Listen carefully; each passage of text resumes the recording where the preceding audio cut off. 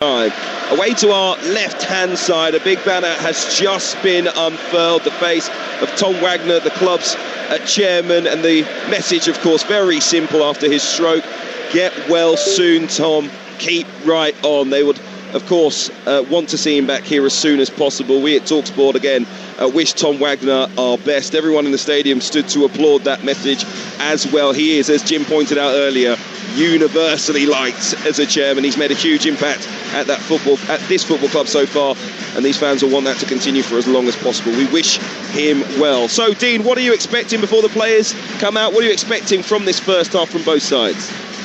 Well, again, I think you're expecting Birmingham to test Leeds. I think that's what you've got to do, is with their changes, can we make it difficult for them? Can we spot maybe their weak areas? But again, in these type of games, these one-off games, it's about intensity. And I think whenever you play a Premier League team, I've been in those positions, when you get your chance, you've got to take them. You've got to take them, because Premier League teams will punish you. So I think it's going to be, when Birmingham get their chances, can they take them and put genuine pressure on this Leeds team with quality in their side? We know what the Leeds fans are like. They'll provide plenty of noise. What's it like playing in front of the crowd at St Andrews? Well, to be honest, it still sticks in my mind. I was 17 years old. I came here thinking life was easy. Just got into the crew team, scored a couple of goals. I turned up here, and honestly, it scared the life out of me. I was a substitute, and I came on, and I've never heard a hoo as loud as that. And I just didn't understand. I didn't understand what it was. I mean, they had a point. No one had a clue who I was. But still, it was like this sort of, when you come to these type of stadiums, especially if you're a young player or you're fresh to the English game, it really does inject a bit of life into you very, very quickly. Yeah, if you're not familiar, there's always a slice of comedy at St Andrews when opposing players come on as substitutes. Someone snuck their dog into the ground, I've just seen. Is that a Dachshund hound in front of us? And the mascots are dogs as well here at Birmingham City, so it's very much on trend. Flames being shot into the sky, fireworks now go off in front of us. We've got a fantastic FA Cup tie to come here on Talksport. The volume going up several notches inside St Andrews. Two very noisy sets of supporters as the players come onto the pitch. Remember, this is the first of 4 live games on the Talksport network today. We're going to head to the Cassham at 2 p.m. as Sunderland travel down to face Oxford United. We'll be in North London at 4:30 for exclusive commentary of Arsenal against Wigan. 1:30 on Talksport 2.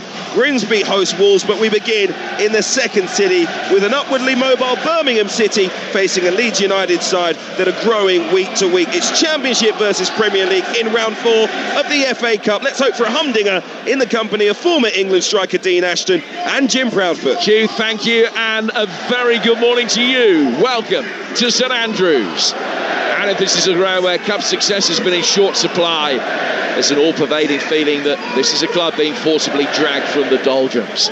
Birmingham City may be in their second longest ever spell outside the top division, but they're in their strongest off-field position for years, with forward-thinking, big-spending ownership chasing that Premier League return. The short-term ambition is to ensure that visits from the likes of Leeds come on a fortnightly rather than annual basis, but today brings the chance for a Premier League scout, their first in this competition for 14 years. And whilst Leeds' focus is clearly on the retention of status, a good cup run is overdue. They've not reached the quarter-final since 2003. They've graced the last 4 only twice in half a century. Their priorities lie elsewhere, but morale-boosting cup runs can go hand in hand with upturns in league form. And whilst recent results have eased their still lingering fears, would defeat to a championship side have an adverse effect? This is how they line up. Birmingham, all-stop in goal. Asay Samuel. Panzo making his debut alongside Clara at centre-half. Wagner at left-back. Solis and Doyle in midfield. Vicente, Stansfield and Gray. And August Priska up front. The Dane signed from Djurgården in Denmark, in Sweden. And he's making his first start for the club. Leeds United, Lucas Perry in goal, Justin Bornau, Biol and Goodmanson, Longstaff and Tanaka, Nyonto, Buonanotte and Okafor and Mecha. On the benches for Blues, Neumann, Roberts, Osman, Fujimoto, Dutch, Betica, Burrell and Beadle and Mayo are the substitute goalkeepers.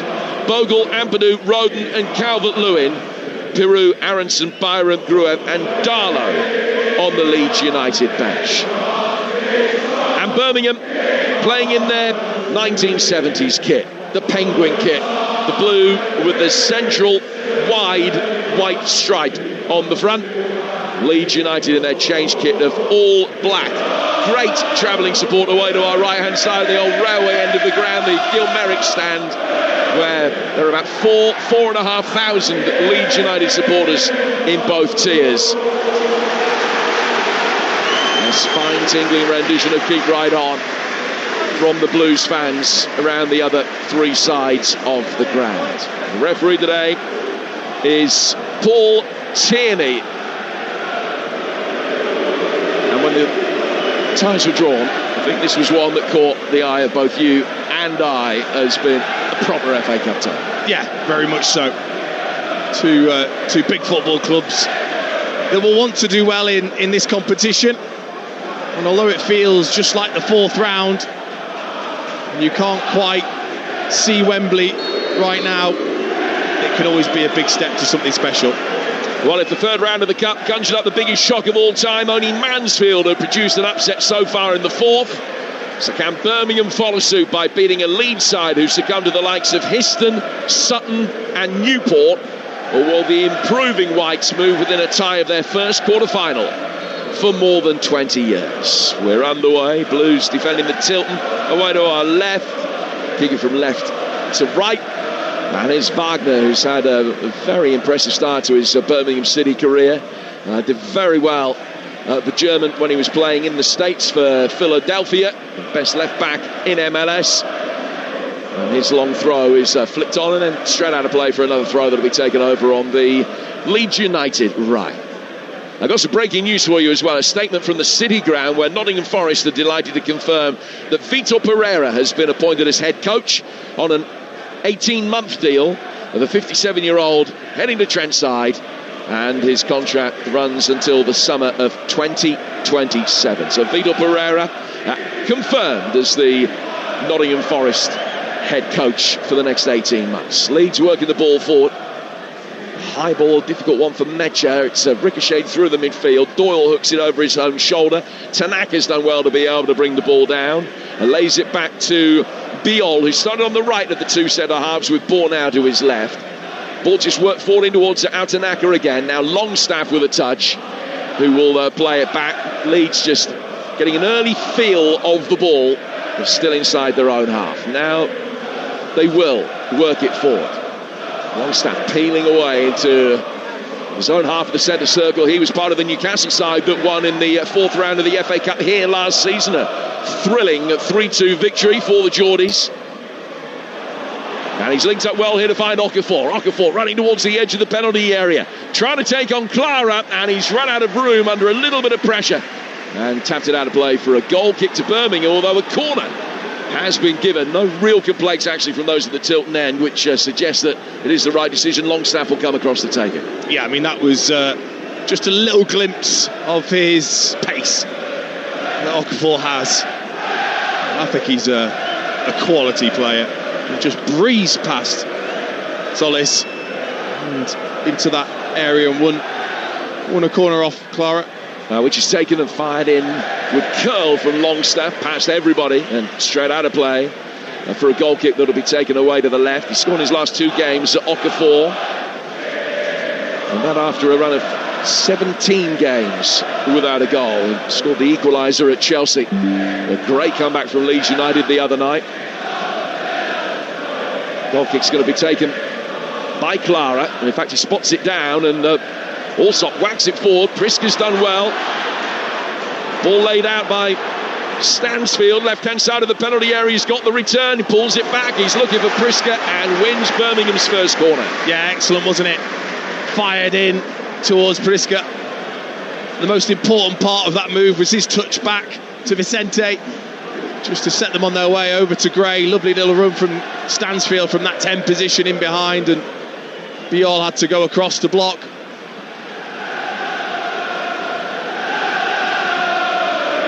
First Birmingham City corner then to be taken on the left in front of the Kop. Right-footed in, swinging delivery. It's a really awkward one coming around the back. It's poked only into the side netting by Solis. Just got to him a little bit too quickly. Thought for a moment he was going to curve over Lucas Perry and possibly nestle in the back of the net. Just hit the inside right side netting, but just a little bit too strong for that. It was a great delivery, though. Yeah, me too. From this angle that we've got, it did look like it might have crept in at the far post, straight in. Instead, Solis there, because of the tight angle, I think trying to be precise, flashing it into the side netting. Solis has done well, linking up the play. Play forward by Priska. Stansfield has a look, he's onside. Vicente trying to wriggle away at the far post. It's cleared. And Tanaka will punt it high up in the air, where Panzo very physically dealing with the challenge of Mecha. Home crowd appreciating that. Jonathan Panzo, who was in Chelsea's academy, then went to Forest, didn't really make the grade there, but got a few miles on the clock playing for Coventry in the Championship, and Blues have picked him up from Rio Ave in Portugal. Blonde-haired Clara in towards Doyle, now worked down the line by Saya Samuel. Priska gives chase, Bornau puts it out of play for a throw that'll be taken by Carlos Vicente, who's playing on the right wing but does come in narrow, because I say Samuel's good at supplying the width from fullback on the Birmingham City right. Back it goes to Panzo again. Panzo nudging it to his left-hand side. Wagner can work it forward. Damari Gray's got it now. Back from him to Doyle. On the halfway line. Just tracks back inside his own half before finding Solis. Clara over the halfway line. Vicente drops off. Asay Samuel to Solis. Crisp passing this from Birmingham in possession. They're playing with a real confidence, born of an unbeaten home record of 11. Here's Damari Gray, right-footed shot, takes a deflection. Stansfield tries to bring it down, flicks it across the 6-yard box. Clever little touch that. Bornau read it, able to get it away. Blues winning it back with Gray. Midway inside the Leeds half. It's 0-0. Great opening 5 minutes. Real cup-tie feel to it.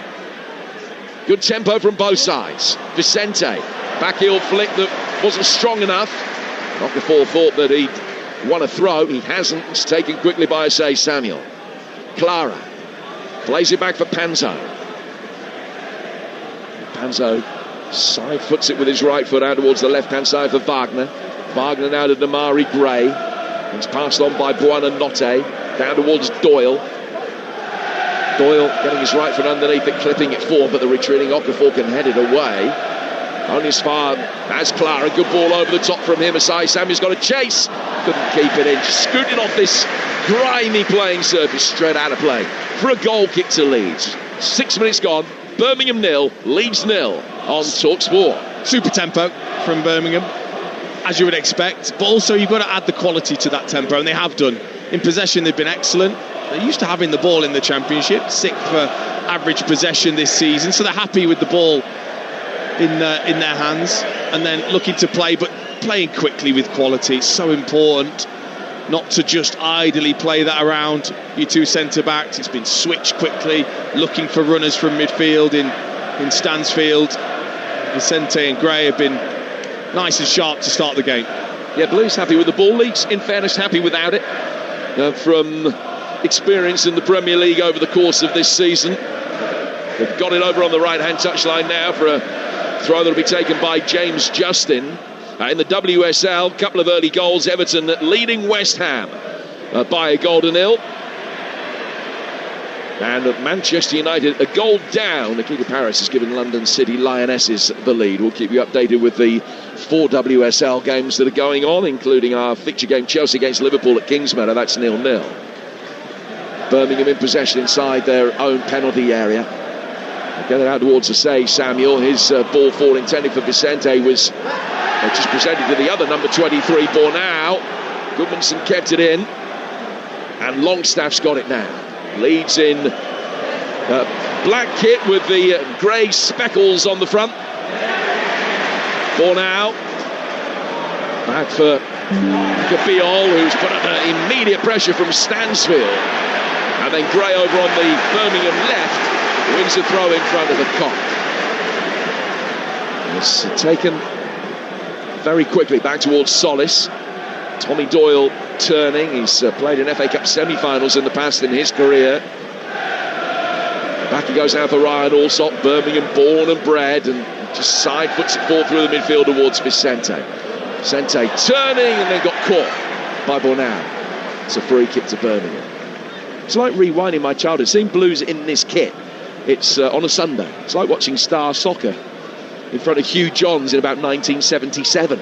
It is the kit that they were playing in as I grew up on the southern outskirts of this city. It's just a wonderful throwback, something about it. Yeah, I can't wait to look it up. Yeah, you just ask your granddad about it, he'll tell you. Here's Tanaka through the centre circle back to left-hand side for the blonde-haired Bornau. He's gone square to his right for Biol. Biol on the edge of the centre circle.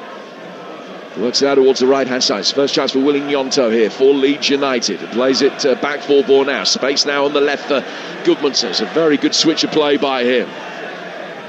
Gudmundsson with a little step over. Play back for Longstaff. This is better sustained Leeds United possession. Tanaka out to Biol.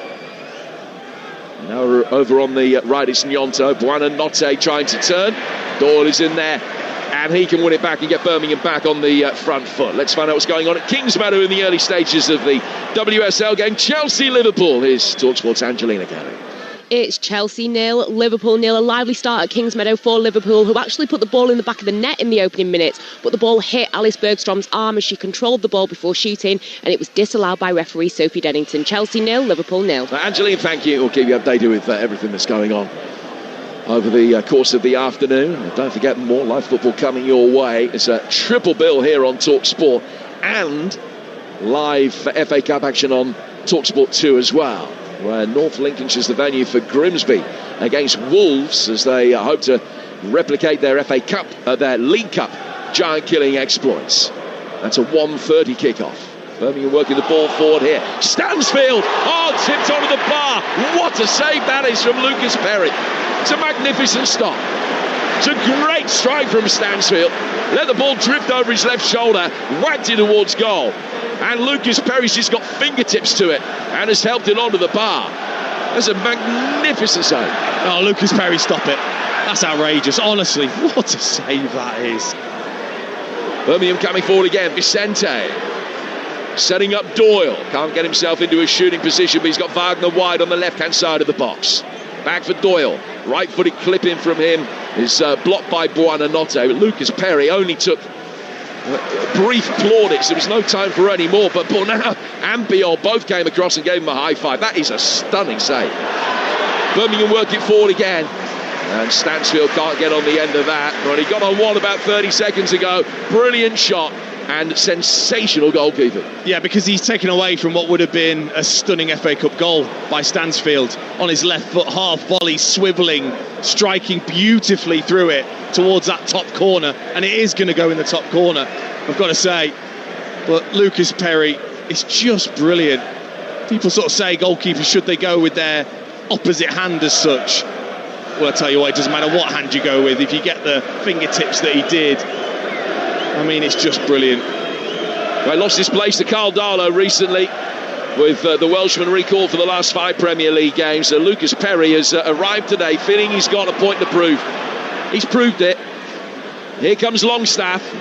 The other end, that's well blocked by Jean Solis, who's very quickly on the scene, the Colombian that they've signed on loan from Girona in Spain. Leeds bringing it forward again. Solis sticking his foot in. Well, one back by Longstaff, but only temporarily. Solis emerging with possession and helped to the ground by Okafor for a Birmingham City free kick. What a FA Cup tie this has already proved to be. 12 gone, 0-0, but we've seen a great shot and a magnificent save. Yeah, it's been such a great tempo with the quality to add to it as well to really test this Leeds side. 13 minutes on the clock.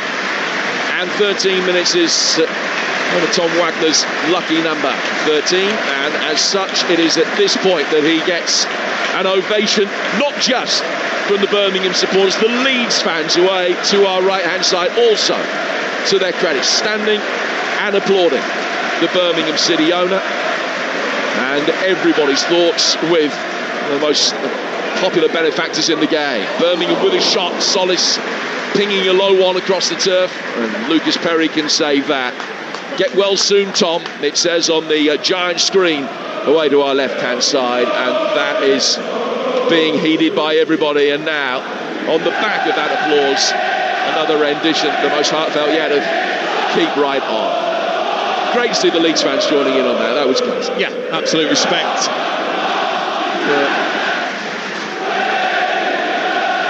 And I think with these two sets of supporters anyway, I think we knew we were going to get that atmosphere, and of course the emotion around that as well.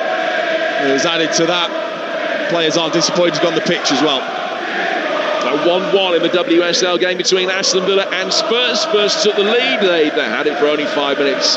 Villa have equalised. Clara, Solis, chested down by Priska, pinged over the top by Stansfield, but just going to roll away from Vicente. Out of play for a Leeds United throw. Leeds struggling to get a grip of this. I mean, it's Birmingham that have had the majority of possession. You talked about the fact that they built this reputation as a good footballing side under Chris Davis, and they've been on top of their game so far. Yeah, they have, and you expect it. I think you talk about it even, that there's going to be, the crowd are going to play their part. The intensity's going to be there. They're obviously on a great run of form and confident anyway. All of that plays into that mindset you have to have, even as a Premier League side coming here, that you might have to just dig in to start with. You might have to bed yourself into the game and win a few individual duels. Luke Smetch's changing his boots right in front of us, so Leeds temporarily down to 10 men, and they delayed the throw, Gudmundsson, as much as he possibly could, which was clearly the right thing to do under the circumstances. He was eventually given the hurry up by Paul Tierney and by the Birmingham City supporters as well. Doyle plays it back for Allsop. Allsop driving a long diagonal ball forward, and they've managed to get it over the top of Gnonto for Stansfield's run inside the penalty area. Vicente making a run to his right. He's played him in. Two to pick out. Great block by the sliding Gudmundsson. Deflected into the railway end for a corner.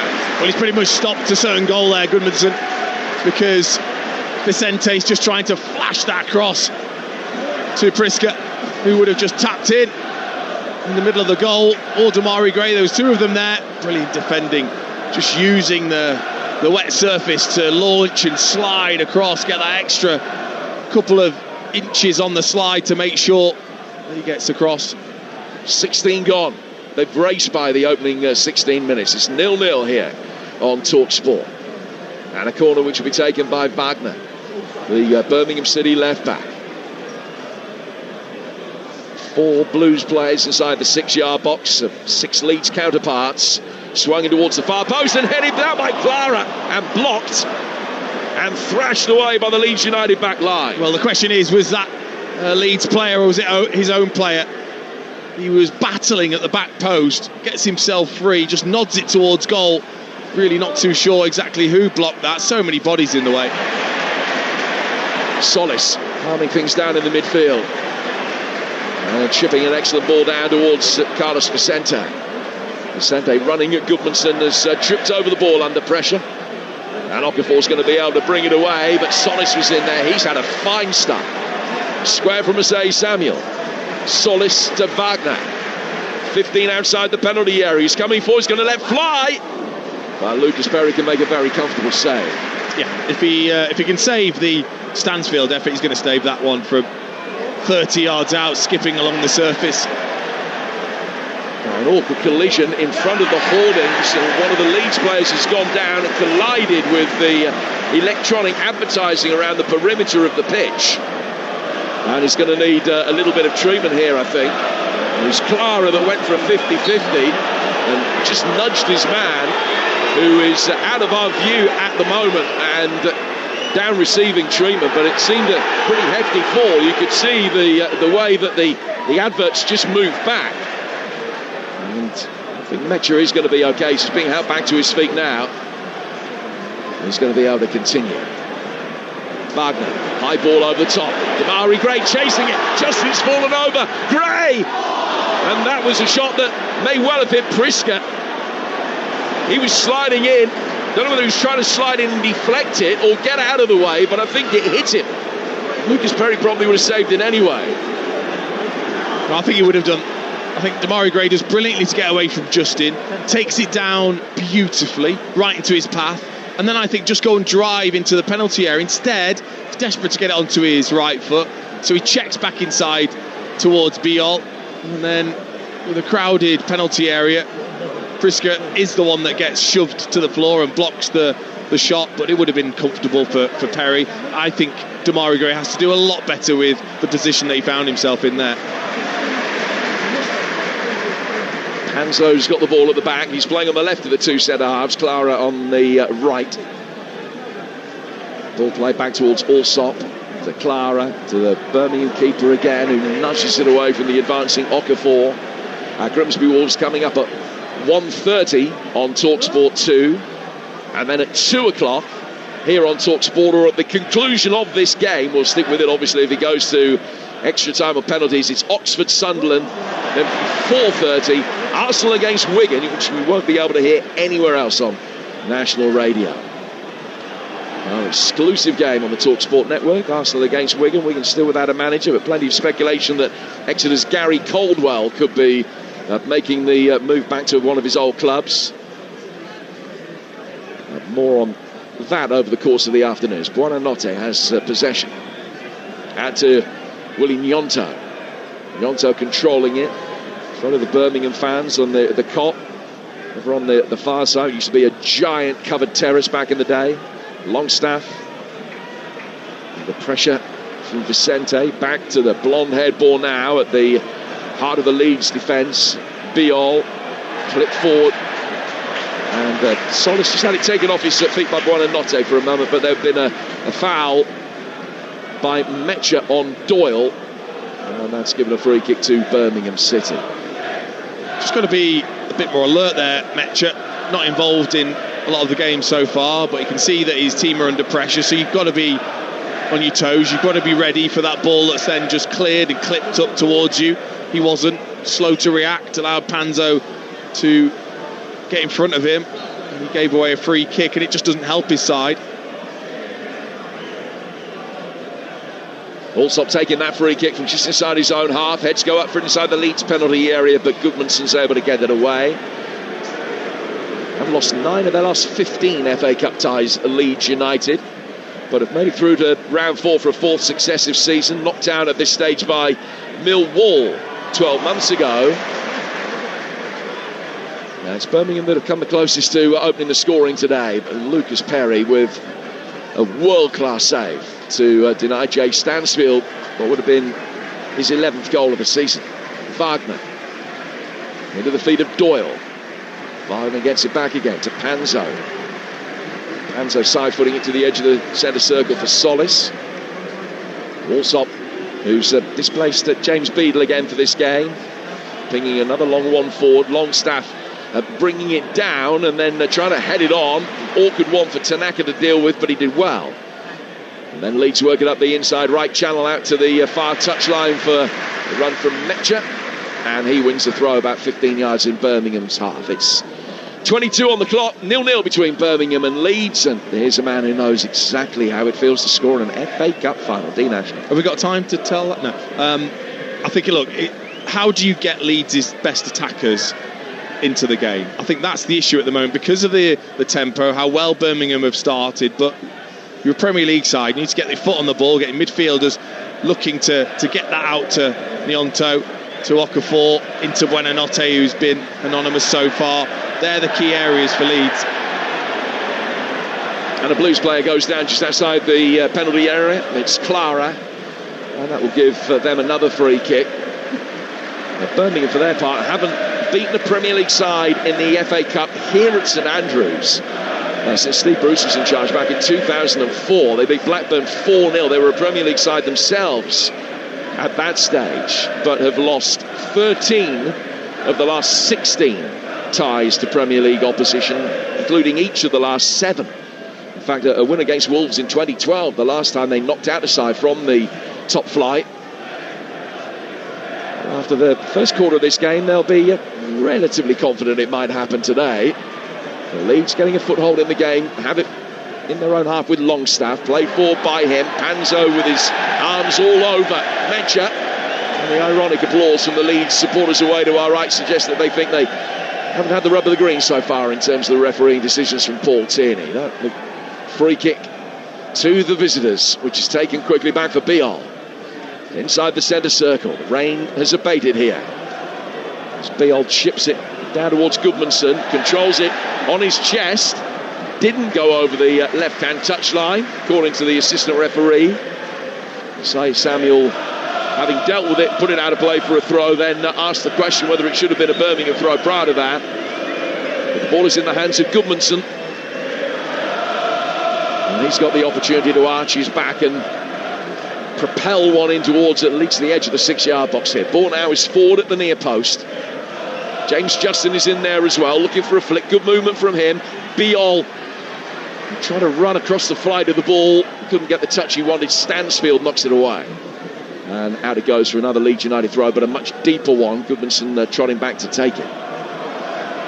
Thrown forward. I say Samuel was guilty of stopping off before turning him. He tried to roll him, and the Birmingham City defender had his arms all around him, pulled him back. So it's another free kick to Leeds that Longstaff will come forward to take. Yeah, and they've just been able to get hold of the game, haven't they, Leeds? Just settle things down after that initial 20 minutes. Starting to get a little bit of joy. A couple of free kicks gone their way, rightly so as well. So the referee made the right decision on both of them. Both defenders holding, trying to win the ball when they couldn't. This is a good opportunity. They've only had the one attempt so far, Leeds. Birmingham have had 7. In it comes from Longstaff, too close to Allsop, who patted it down and caught it before it dropped.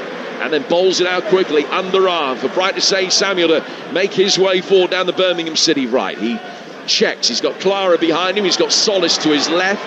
He plays a slightly deeper ball to Panzo. Now Jonathan Panzo can come forward through the centre circle. Him to Stansfield. Stansfield, who's playing in this number 10 role again today, which he often does in support of Marvin Dutch, but it's Prisker who's up front ahead of him. Leeds have got it back. Deflection on a cross that came in, and that spun it towards goal. Nyonto's delivery hit Panzo, and it kept Allsop honest. He had to take a couple of hasty steps back and caught it. And then, having done so, he whacks it upfield, and Vicente chases after it. Ball now forced to come across and put it out. But a Birmingham City goal kick has ended up being a throw 10 yards from the corner flag at the other end in the blink of an eye. Oh, but he should have made more of that, Willie Nyonto, on that right-hand side. Got himself away from Wagner, and then goes against Panzer. Instead, he tries to play a cross in towards Metcha, who was marked. Go at the defender 1v1. That's what you're good at. Doyle. Wagner. Mari Gray on the Birmingham left. Nearing the edge of the Leeds United penalty area as he plays it back. Doyle has put it back into his path again. Buonanotte stops Gray getting a cross in.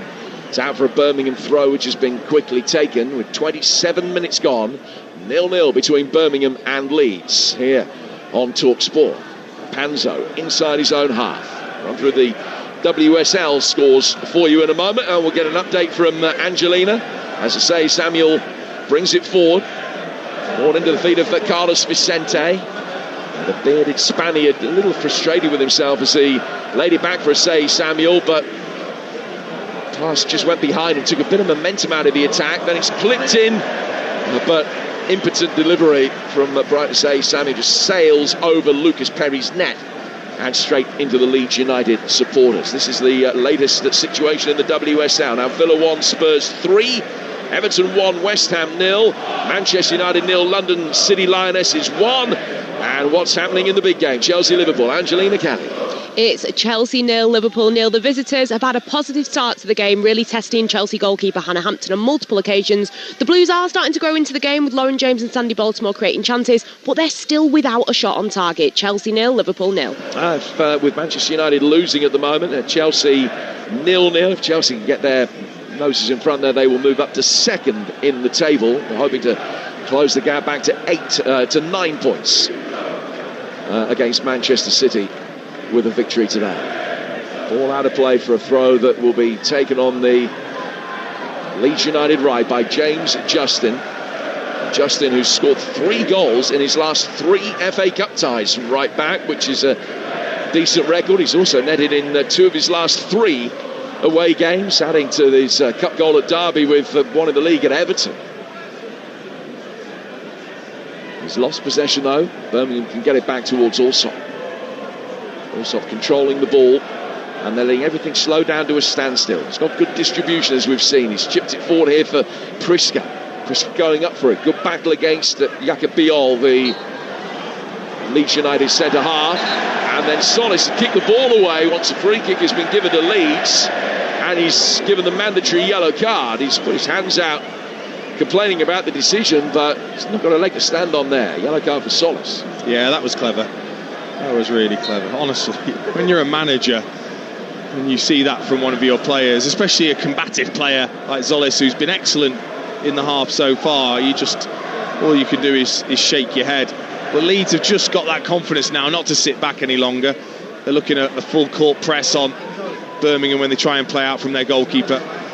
Longstaff making a run forward here ahead of Okafor as Manchester United equalise against London City Lionesses 1-1. Goodmanson trying to play it inside the penalty area. The appeals for handball came from the Leeds fans at the other end of the ground. And then the left-footed cross is driven in by Okafor. The second one.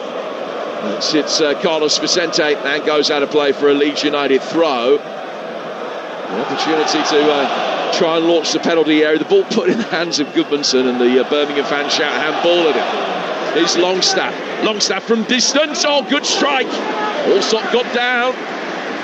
Probably would have hit the post and gone wide. He couldn't take any risks, and he made a comfortable save, beating it away at the near post for Leeds corner. Yeah, just switched off, didn't they? Birmingham, you can't. Against a Premier League side, quality players. Longstaff with time to line up the strike, hit it really well, low, skidding off the surface. Good handling from Allsop. It's his first start for 3 months today, Sean Longstaff. He's taken the corner short, gets it back from Goodmanson. A pair of them exchanges passes again, and then August Priska bringing it away. Just got caught by Goodmanson. I think he's a little bit unlucky. He's claiming that he played the ball, and Priska fell over it. But it is going to be a free kick to Birmingham. At 1:30 on Talksport 2, it's Grimsby against Wolves in the FA Cup. Team news has dropped, and here's Talksport's Adam Bridge. Coming live from the Grimsby Town dugout, 5 changes from their win midweek against Accrington Stanley. Sweeney, Cabia, Turi, Warren and Vernon come into the starting 11. As for Wolves, 4 changes from Forest, with Johnson, Muller-Wolf, Andre and Chicharro starting. And the good news is, despite the wind and rain, Sam Barrett, the referee's walked past, and he says we're game on. 1:30 kick-off on Talksport 2. That's one of 4 live FA Cup ties that we got for you over the course of the day. As Birmingham try and get it forward, it's kicked away. Clara is in there. It was Lucas Perry that was forced to play it as Panzo threatened to burst through the middle. And then the whistle has gone, and it's a Leeds United free kick inside their own penalty area. But it's panic stations for a moment there. Yeah, it's a couple of times now. It's fallen in the Leeds penalty area. Birmingham City players haven't been able to anticipate or get hold of it to strike towards goal, but they're causing a few problems with that long play forward from Allsop into the area. Now Carlos Vicente's got it now, and he's behind the left back. He's played it inside the penalty area, and he only just went over the head of Priska, who made a good near post run, and it settled in the hands of Lucas Perry. Yeah, he did. It's been a good start, hasn't it, from Vicente? Nice and lively down this right hand side. You saw he just got his head up, saw the run from Priska to that near post, tried to float it in, just overhit it. Now free kick goes Leeds way inside the centre circle. Taken quickly by Tanaka. To Nyonto. Longstaff making a run outside him on the Leeds United right. It's a great ball in as well. Clara heads it away. Brought down by Buonanotte on the edge of the penalty area. He couldn't get past Doyle. Doyle trying to buy a free kick has been able to do that. He made a run deliberately across Nyonto's path to invite contact. And the free kick quickly taken by Birmingham. But it's notable that this has been played from the first whistle at a ferocious tempo. As I thought it would do. You know, both of these sides in good form, good confidence. Absolutely no need to be cautious because of their league form. And it's been the case, and players that want to impress as well that are coming in for minutes, for opportunities to shine in front of their manager. It's good games between these two down the years. Birmingham won 3 of the last 4 here, all by a goal to nil. The other was a 5-4 Leeds victory Jude Bellingham scored, but it was a stoppage time own goal from Wes Harding that gave Leeds the victory that day. Ball inside the Leeds box for Osei Samuel is just a little bit overhead. That goes out of play for a goal kick that will be taken by Lucas Perry, who's saved from Stansfield is still the most significant moment of the game. That was about 20 minutes or so ago. Birmingham 0, Leeds 0 here on Talksport. Yeah, it is. We can't emphasise enough what a good save it was. That is one that you get framed, put up in the house if you Perry. It was that good. The strike was stunning on the half volley from Stansfield, his left foot, arcing towards the top corner. He gets up, flies across, lifts his right arm across his body, Perry, to get the fingertips on it, and just almost got stuck between the post and the crossbar. It was that tightly in towards that top corner. Well, he hasn't played since he led in 4 against Newcastle a month ago. Well, that was a wonderful save. Birmingham with Vicente, deflection on his cross, and that took it easily into the hands of the aforementioned Leeds United goalkeeper. He will bring it to the edge of the penalty area and then bowl it out to the Leeds right. And James Justin can bring it forward. Justin over halfway. Gray trying to get back goal side. He did well. Couldn't get the ball back. Nyonto back for Gruev. Buonanotte just on his left foot. And now Bornau towards halfway. Vicente caught him. That's a free kick. That'll be taken by Leeds. You listen to FA Cup Game Day on Talk Sport with McDonald's. Order delivery on the McDonald's app from 11 a.m. 18 plus. Fees apply to delivery orders, subject to availability, and price may vary. 0-0. Birmingham with the vast majority of the chances. The shaded possession. First goal is going to be crucial. Priska trying to deal with a ball that was pinged about 7 foot off the ground to him, and he did well. Stansfield, Bornau with a great defensive touch, got it back to his goalkeeper to stop it finding Vicente with 3 against 2, and that pass found its man. Leeds occasionally living on their nerves, but there's been some good defending when there has to be. There has, yeah. It's just lacked that final bit of quality, hasn't it? It's had all the energy between the two sides and endeavour and willingness to try and create. It's just lacking that little bit of quality as yet. Still 0-0. Stansfield surely pushed Tanaka. Referee says play on. Nyonto. Now Justin getting it away towards halfway, where there was a fair bit of grappling going on between Panzo and Mecha. Birmingham have won it back. Get it forward again for Damari Gray, back in his second spell at his hometown club. Doyle, now the impressive Solis.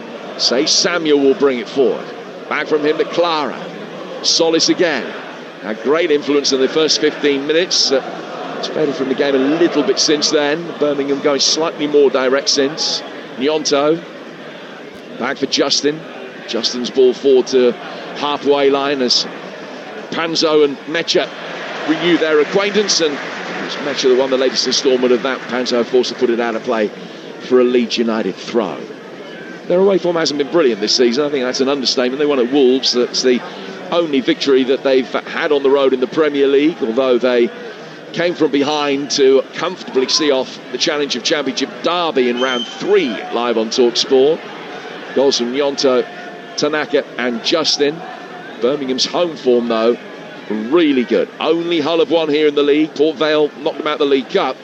It's the only defeats that they've had in 17 games in all competitions here at St Andrews this season. And hardly lost one over the last season when they took 111 points in League One. Alsop, 10 yards outside his own penalty area. The game's just gone through a little bit of a lull after the frenetic opening 25 minutes. We've played 37 now. It's a great pass from Alsop.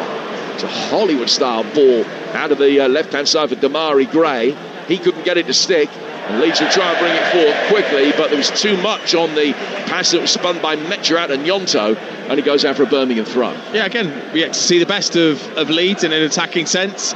Not seeing enough, really. It's broken down too often from them because they've got themselves into the game after the first 20 minutes.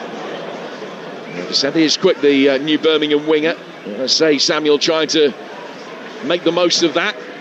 but he's not as quick as, say, Samuel thought he was. And Leeds could clear. Clara's won it back. Takes a throw. Goes back towards Solis. Solis through the midfield to Wagner, the left back, who does tend to just narrow off a little at times, allowing, say, Samuel the opportunity to play high and wide on the right, a slightly lopsided formation. And the reverse is also true. Solis, Longstaff making life difficult for him. He's forcing him back towards the edge of his own penalty area. He could get it away. Stansfield let it run. Biol is first to it. Tanaka, well won back by Doyle, and then Priska turns it forward. Vicente will chase, and he's going to get there ahead of Bornau. He's not got an awful lot in support. They're coming now, though, into the edge of the penalty area for Gray. Good save from Perry, who beat it away, and Biol was first to the rebound before Stansfield could get there. Goal in the WSL, Angelina Kelly. It's Chelsea 1, Liverpool 0. It was some great work from Lauren James on the left-hand side. She drove the ball into the box, and Newscombe was there waiting in the 6-yard box to send it into the back of the net. Chelsea 1, Liverpool 0. Chelsea with the advantage there. Birmingham with moments where they've come close here. On the front foot again here with Doyle. Doyle out to the left. There was a decent passage of play a few moments ago. Yeah, it was excellent, wasn't it? Again, Vicente, who's been excellent in the first half, gets himself free, finds Gray. I think Stansfield felt as if that should have been played first time to him. He was totally free on the left-hand side, and once it didn't, just switched off, because Gray did really well to get his shot away, make Perry make a really good save, and Stansfield just stood there. He didn't just follow it in. Would have had a tap-in otherwise. Good physical battle between Longstaff and Vicente on the Birmingham right. Vicente got the cross in, Leeds dealt with it, and then as it's poked back forward, Bornau couldn't stop it going out of play for a corner. Should be taken in front of this main stand, much the oldest of the four here at St Andrews. And Wagner's going to come across. The Birmingham left back to swing this in with his left foot. Leeds initially defending zonally, 5-6 now strung across the edge of the 6-yard box. Trying to keep an eye on the run of Clara here. Stansfield is in the near post area. Gray, much the deepest of the Birmingham players. Panzo now makes a run. Looks like a mismatch, him up against Gnonto. But Gnonto has passed him on to James Justin. In comes the corner off the top of Bornau's head. They haven't got it away. Buonanotte will be able to help it further clear. Gnonto gets it outside the penalty area, but Doyle has plenty of time to run back, and then he will drive it forward immediately. Wagner got himself back onside. Good touch from him. Back to Vicente. Goes down and has dived, and he's going to get a yellow card. Longstaff, the Leeds United player who was closest to him, the leg was outstretched. Vicente saw that as an open invitation. Yellow card for diving. Well, the referee was right there, Paul Tierney. He had a magnificent view of it, and he just felt straight away Vicente had made the most of that. I think just his reaction then when he went towards Longstaff to talk about it, the sort of smile almost, I think, said it all. But he just tried to fox the referee. It's poor. It's just poor. There's not anything there from Longstaff. Made the most of it. Rightly so, he gets the yellow card. Well done, the referee. Yep, absolutely. I mean, Vicente saw that Longstaff was sticking out his right foot in a sweeping motion, but he was nowhere near him. And then Vicente put the right foot up in the air, and then there was a double movement as he then fell to the ground. It was a clear dive. The yellow card is the right decision. He has been really lively, though. The £7 million signing from Alaves. Longstaff getting it forward. Leeds on the front foot here with Buonanotte, who's been quiet. Goodmanson on the left-hand side of the Birmingham box. Sliding challenge comes in on him. It's well defended by, say, Samuel for a Leeds United throw. Yeah, it's been a battle down this near side for us, the dugout side. Goodmanson and Okafor have been excellent, but also going the other way. So Samuel and Vicente, really good battle down this side. 2 minutes to go to half-time. 0-0. Won't be too much time to be added. Goodmanson taking a throw. Suspicion it might have been a foul throw. Comes back out for Longstaff after an initial clearance. Second attempted Birmingham clearance. Spun it higher in the penalty area. Bornau inside the box. Wins a corner. As I say, Samuel was forced to come back. Birmingham fans not happy. They felt that there should have been a free kick to them, but it is a corner to Leeds instead. Yeah, but they did well just to recycle that back in. Biol in towards Bornau over the top, but it had felt originally on the edge of the area for Longstaff to take the volley on, and we've all been there. You just misjudge it and then feel like you've broken your foot or you've hit it right off the end and it just bobbled, but they did really well just to keep that in the area. So in the 44th minute, another Leeds United corner. It's their third of the day. In from Longstaff to the edge of the 6-yard box. Clara heads it away. And it'll be chased then by Vicente. Making life difficult for Buonanotte. Now for Goodmanson. Leeds have dealt with him. But he's chased it well off the ball. Buonanotte. Just hoping to arc one into the run of somebody who might still have been lingering for the previous set piece. He overhit it, ran away from Mecha, straight through for Allsop, balled out for Kai Wagner down the Birmingham City left. Doyle will turn, lays it back for Jean Solis. He side foots it down to the Birmingham right for Vicente. Vicente checking, works it back inside for Clara. Longstaff quickly on the scene, but Clara had got the ball back for his new centre-half partner Panzo. Panzo letting the ball run between his legs to give him the option of turning back for his goalkeeper if he wanted. Found Clara instead. Clara will go deeper back to his keeper as we go into just 1 minute of added time at the end of this first half. And as Allsop looks long for Damari Gray, Justin comes back and heads it out of his flight path and gets it back to his keeper. Yeah, terrific though from both sides. Just in terms of the attitude towards the game. It's only that wonderful save from Perry that has kept it at 0-0. Be very surprised if it continued that way into the second half, just in the manner in which both of these sides are having a really good go at it. Biol for Justin and back for Biol. Down to the Leeds United left for Okafor. Okafor to Bornau with about 20 seconds to go to half time. Longstaff 5 yards inside his own half.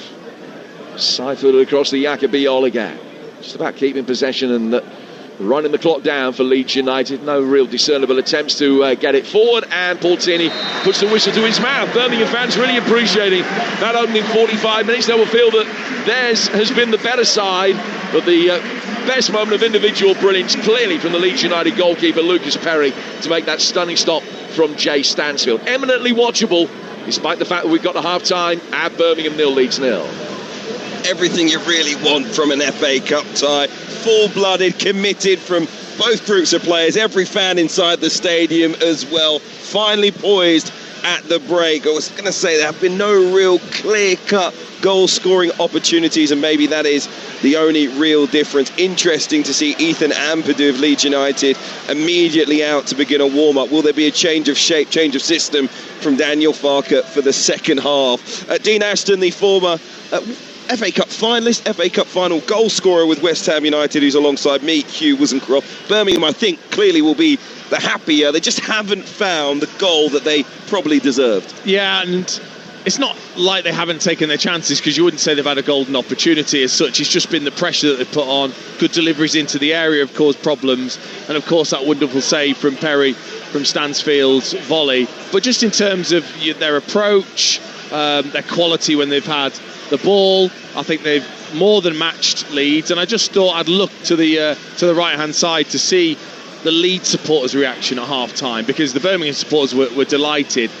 Not a lot of reaction from the Leeds. I think they probably feel like, actually, okay, first 20 minutes, after that, come on, we want to see a little bit more, a little bit better. Need to create a bit more with the players we've got on the pitch. They've struggled a bit in that sense. Certainly expected them to have more control over the game. They are the Premier League side. Okay, they've made a few changes here, but we know the quality of the players in that squad, even against Championship opposition, the likes of Tanaka, Sean Longstaff, Wilfred Gnonto. We mentioned them all before the game, and none of them have really been able to help Leeds dictate in the way that I maybe wrongly presumed. But I think they've matched Birmingham in terms of that intensity. That, it was always going to be difficult that first 20 minutes. I thought they matched them in terms of physicality, intensity.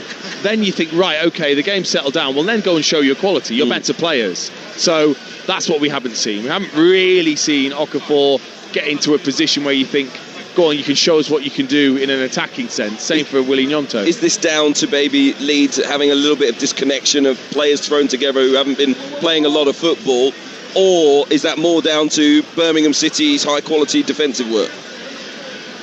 I think it's more Leeds, to be honest. I think they've had possession. They had good possession for long periods in that first half, but just never really looked like creating. I think between the players that are on the pitch, there just hasn't been that connection. Metcha, I'm looking at him thinking, is anyone going to get anywhere near him? Is anyone going to get near him to help him? When Enote's not made one run beyond him and he's playing in the 10, he wants it to feet every single time. Gnonto, Okafor, no runs, inside your fullback. I always think they're the basics to try and create the space. Maybe not on that run, but then the next time you go to make the run, you can come short. There's a bit of variety. I'm not seeing that. A quick word on Lucas Perry's save from Jay Stansfield. Unbelievable. Stunning.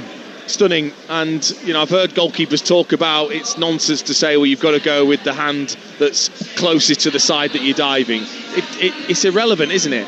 Keep the ball out of the net. For him, that was comfortable, and it looks better as well. It just doesn't it? It just does. And the way he's had. Thing is, he's not got a full hand on it. The strength of these goalkeepers' fingers is incredible when you're up against it day in, day out. Honestly, to tip that away the way he did, obviously a bit fortunate that it hits the crossbar and post and comes back to him, but still it was just a stunning save. Yeah, the goalkeeper only goes with the wrong hand when he goes with the one that isn't going to reach it.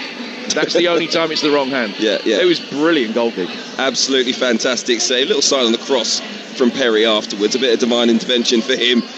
Majestic save, let's call it that, onto the crossbar. We'll be back with Jim Proudfoot and Dean Ashton very, very shortly indeed. Goalless at the break here in the FA Cup fourth round between Birmingham City and Leeds United. We're at the break 2 in the WSL to Kingsmeadow. Angelina Kelly.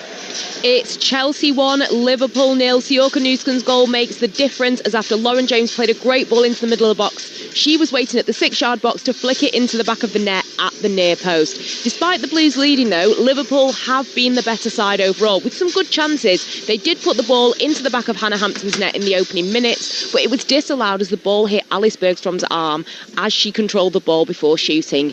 In the torrential rain at Kingsmeadow, half-time, Chelsea 1, Liverpool 0. Elsewhere in the WSL at the break, Aston Villa 1, Tottenham Hotspur 3. Everton lead West Ham by 1-0. Level 1-1 between Manchester United and London City Lionesses. Brighton and Arsenal face off from 2:30. As I mentioned at the break here, it's Birmingham City 0, Leeds United 0. FA Cup Live on Talksport with McDonald's. The Big Arch is here to stay at McDonald's with its very own delicious sauce. Available from 11 a.m, subject to availability. Price and participation may vary. Love that feeling when a game just clicks? At Virgin Bet, you'll find all your favourites in one place. Classic casino games and hundreds of the most exciting slots. And it's a good bet you'll love our new member welcome offer. Just join, wager at least £10 on slots within 7 days of signing up and get 100 free spins to get you started. Virgin Bet, a good bet. Use free spins on selected games in 7 days. Value varies. Terms and exclusions apply. 18 plus. Bet responsibly. Gambleaware.org. With a Little Plus Bakery Spin, you can get a free bakery coupon every time you shop. Just scan Little Plus at the checkout, spin, win, and enjoy a free bakery item. Lidl. More to value. One spin per customer per day. Subject to availability. Ends 25th of Feb. 18 plus GB only. T's and C's apply. See lidl.co.uk/LPTV. Custom-built PCs and laptops. Just for gamers, right? No, it's for creators like me. We need performance. And designers, we need speed. Don't forget coders. We don't do off the shelf. And yeah, gamers, but everybody knows that. Whatever your needs, configure your perfect PC or laptop with PC Specialist. Powered by Windows 11. A new world of gaming. For custom-built PCs or laptops, visit pcspecialist.co.uk. With BetMGM Casino, every time you open the app, it's like a warm Vegas welcome. Ladies Ladies and gentlemen, welcome to Las Vegas. BetMGM Casino is the UK's only online casino with real Vegas roots. And every time you play your favorite games, it's like hitting the Las Vegas Strip with your fingertip. And the warmest welcome of all, play £10, get 200 free spins. BetMGM Casino. If it ain't us, it ain't Vegas. Verify at betmgm.co.uk. Minimum £10 stake. T&Cs apply. 18 plus. Please gamble responsibly. European football live on Talksport with Enterprise Rent-A-Car. Powered by passion. Moments of magic. Fueled by fans. Got a smile on my face that's not going to disappear for weeks to come. Delivered by the ultimate dream team. Absolutely first class. Whenever and wherever there's international action, we're here for it. And it's that man again. Get unbeatable commentary and expert coverage of the Champions League, the Europa League and the Conference League. Goodness me! On Talksport with Enterprise Rent-A-Car. Whatever it is, we're here for it. FA Cup Game Day on Talksport. Yes, you're listening to FA Cup Game Day live with me, Hugh Wizencroft, live from St Andrews. At the break, Birmingham City and Leeds United locked in a stalemate. The most notable moment, a stunning save from Luca Perry in the Leeds goal to deny Jay Stanfield what would have been a stunning strike. Leeds haven't tested Alsop at all in the Blues goal, so Daniel Farke's going to be looking to affect the game, possibly with changes. We've got the second half coming up very shortly here on Talksport. At the conclusion of events here, might be extra time, might be penalties, we'll be heading down to the Catam Stadium for Oxford against Sunderland. Over on Talksport 2 from 1:30, just over half an hour to go until kickoff. Grimsby Town will be welcoming Premier League side Wolves, hoping to repeat their giant killing skills that they demonstrated in the League Cup against Manchester United earlier this season. Delighted to say our very own Adam Bridge is with the Grimsby Town manager, David Artell. David, thanks for joining us on Talksport so close to kick-off. They say when teams from higher divisions come to lower league sides, it can be a great leveller with the weather, the crowd, conditions on the day. I think we've got all of those things today, haven't we? Yes. However, we're still talking about a Premier League team. We're talking about a team worth hundreds of millions of pounds. And then we've got Wolves. You know, so, no. And obviously it's tongue-in-cheek that they're a brilliant team. And we've faced two of them teams already this year, so we know exactly what we're sort of up against in that sense. And the truth is, if they turn up, it'll be an extremely tough afternoon for us. If we catch them on an off day, or with a bit of luck and the pitch helps, or one or two decisions, all that, we've got to rely on all that, the crowd, everything.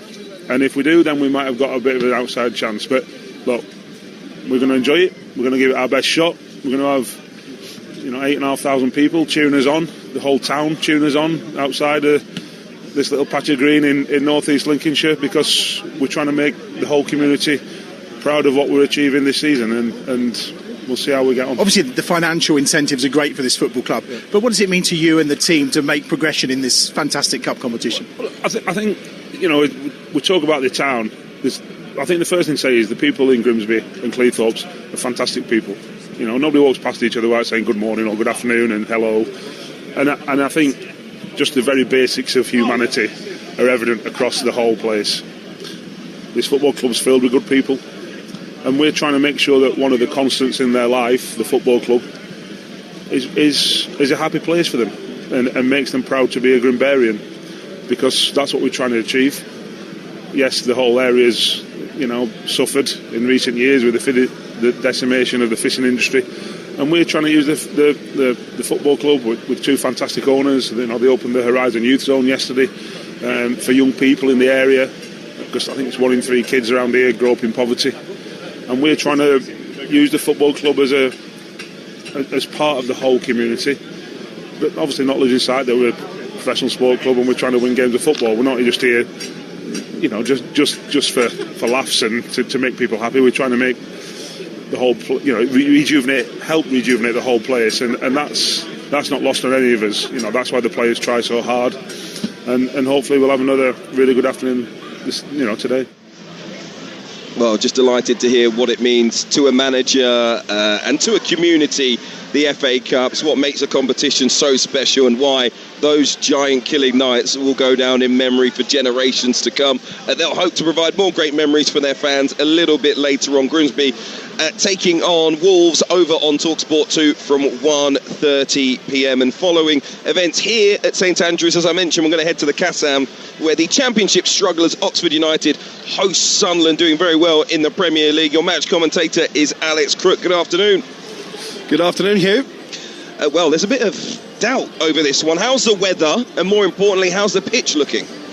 Well, I've got to say it was very soggy when I arrived here about 2 hours ago, but the rain has relented. The pitch looks okay, and we're getting word from down in the tunnel that the match will go ahead as planned, and the rain has stopped, so that's good news. I don't think either manager or either set of supporters really would wanted this game called off. No, absolutely not, particularly those fans that have made the journey from Sunderland. Important game for both sides. Sunderland maybe will be feeling they can go on a good run in this competition. Intrigued to see how Regis Lebris has viewed it with his team. How do the sides line up?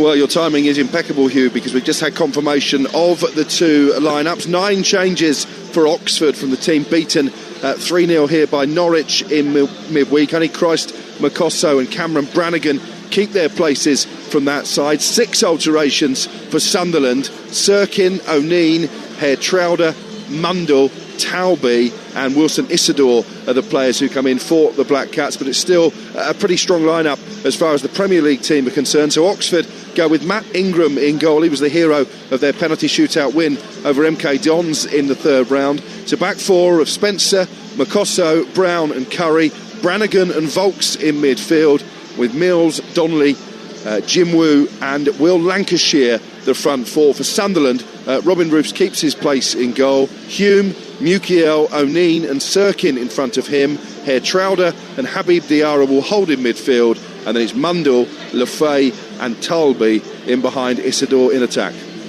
Alex Crook, thank you very much indeed. Alex is going to be alongside the former Chelsea and Aston Villa captain Andy Townsend on commentary for that one, 2 o'clock here on Talksport at the conclusion of events at St Andrews. It's also a 2 p.m. start, by the way, at the Bet365, our 3rd Championship home team versus Premier League away team tie of the day as Stoke City host Fulham. And John Dunn has your teams. Good afternoon.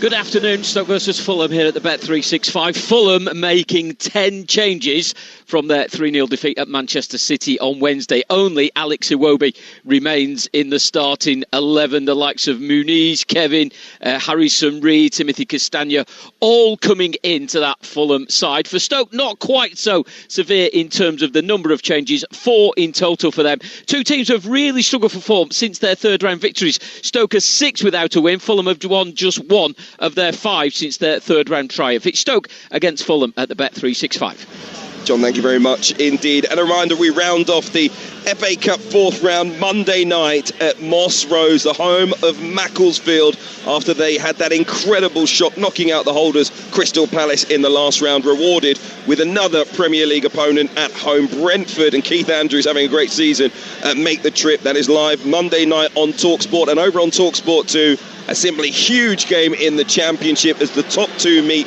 Coventry hosting Middlesbrough as well. So make sure you're with us for both of those on Monday night as both teams begin to make their way back out for the second half. There's a few players. Ibrahim Osman looks like he's not feeling very comfortable. He might be coming on for the second half. There could be changes in front of us. Dean Ashton, are you expecting to see some movement on maybe both benches soon? I think possibly. I think I might have thought that Leeds could have made a change, but again, unless somebody's injured, you probably don't, considering how even that first half was. Yeah, absolutely. We've got the second half coming up very shortly. Sorry, I was just taking a look to see if there was going to be a change. I think there could very shortly be a change for Birmingham City. Both sets of players back out there, the fans pouring into their seats, the TV cameras following Daniel Farker down the touchline. It's been a great first half, full of cut and thrust. Let's hope for the second to live up to that. Maybe extra time and penalties, who knows. I'll leave you for the second half with Dean Ashton, the former England striker, who's alongside our very own Jim Proudfoot. And both sides are making a change. In fact, Ethan Ampanu's going to be coming on. He'll replace Bwana Notte, who couldn't get into the game for Leeds United on his full debut. The Blues change, we'll see Ibrahim Osman on for Damari Gray, who hasn't reappeared for the second half. Osman will be on for his FA Cup debut. He's on loan from Brighton. Has spent the first half of the season out in France playing for Auxerre. He's already scored in his brief Blues career. And Osman's going to come on for Gray. So that's a straight swap on the left. So let's see exactly what Leeds have done. Ampadu's going to be playing at the base of a midfield three, and Tanaka and Longstaff ahead of him. So it's just a very slight variation in the midfield by the look of it, although they might end up with Longstaff playing at 10. Certainly need to get someone forward in support of Mecha in a way that they didn't in the first 45 minutes. The second 45 underway. Bornau had more than a handful of Priska's shirt as the long ball is launched forward for him. Blues winning it back and turning it back to Ryan Alsop away to the right-hand side. The blonde-haired Clara now fired forward. Priska chasing down the right-hand side of the penalty area. He's got Biol with him. He's down by the corner flags. He's just given a little shove, and it's a free kick to Birmingham. A couple of yards in from the right-hand touchline, and 12 yards from the corner flag. Here's Dean Ashton. Yeah, good centre-forward play from Priska. Got onto a long ball forwards, gets his team up the pitch, wins a free kick in a dangerous area.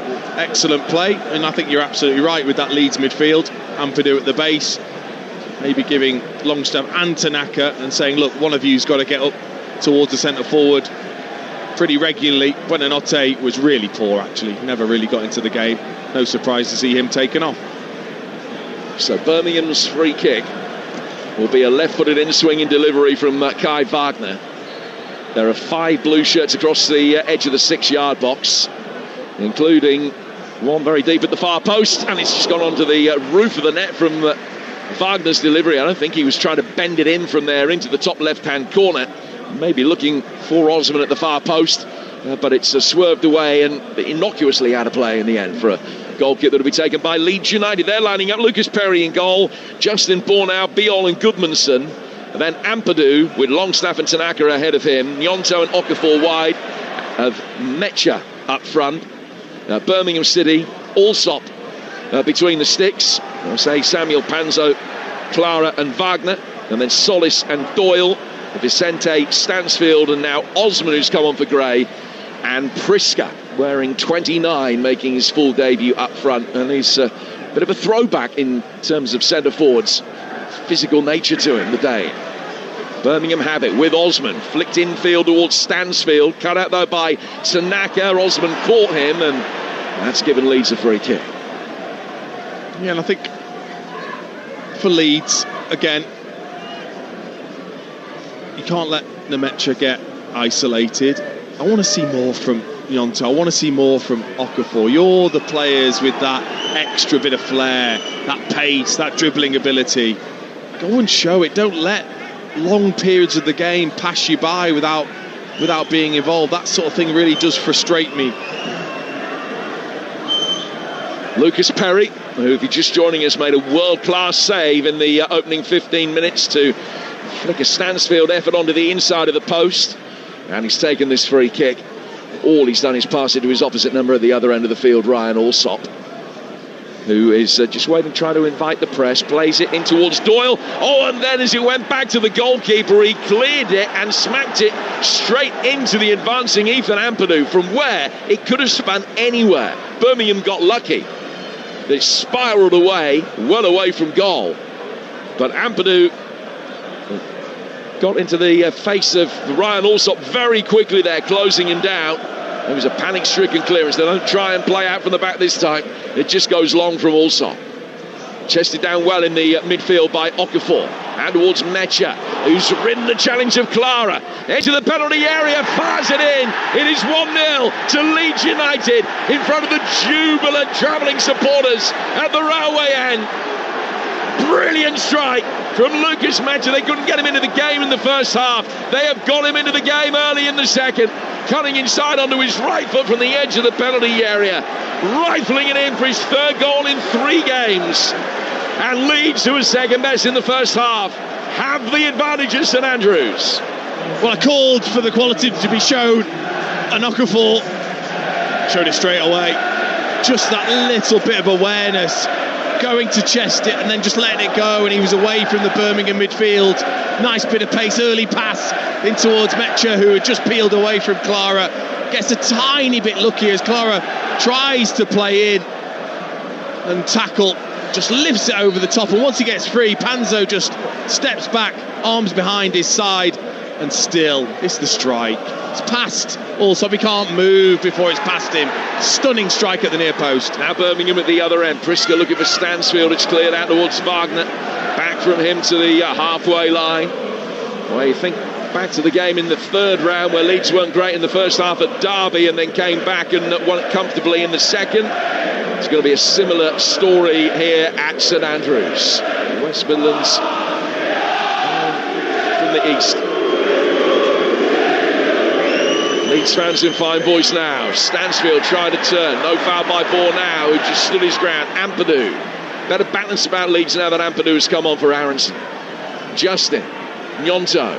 Ampadu again. Back for James Justin. Work forward for Tanaka. Deft touch from him. Not strong enough. Found Tommy Doyle. Forward from him to Osman, whose first touch took him wider than he wanted to go. It's gone out of play for a corner, which will be taken on the Birmingham left. Leeds appealing the decision. I'm sure it was correct that the whole of the ball across the line. And that is a Birmingham corner as they look to try and get themselves back into this game. 1-0 Leeds United. Yeah, well, there's got to be positivity in the way they approach getting back into it. Can they build the momentum like they did in the start of the first half, which they were excellent in? And that was down to intensity and momentum building.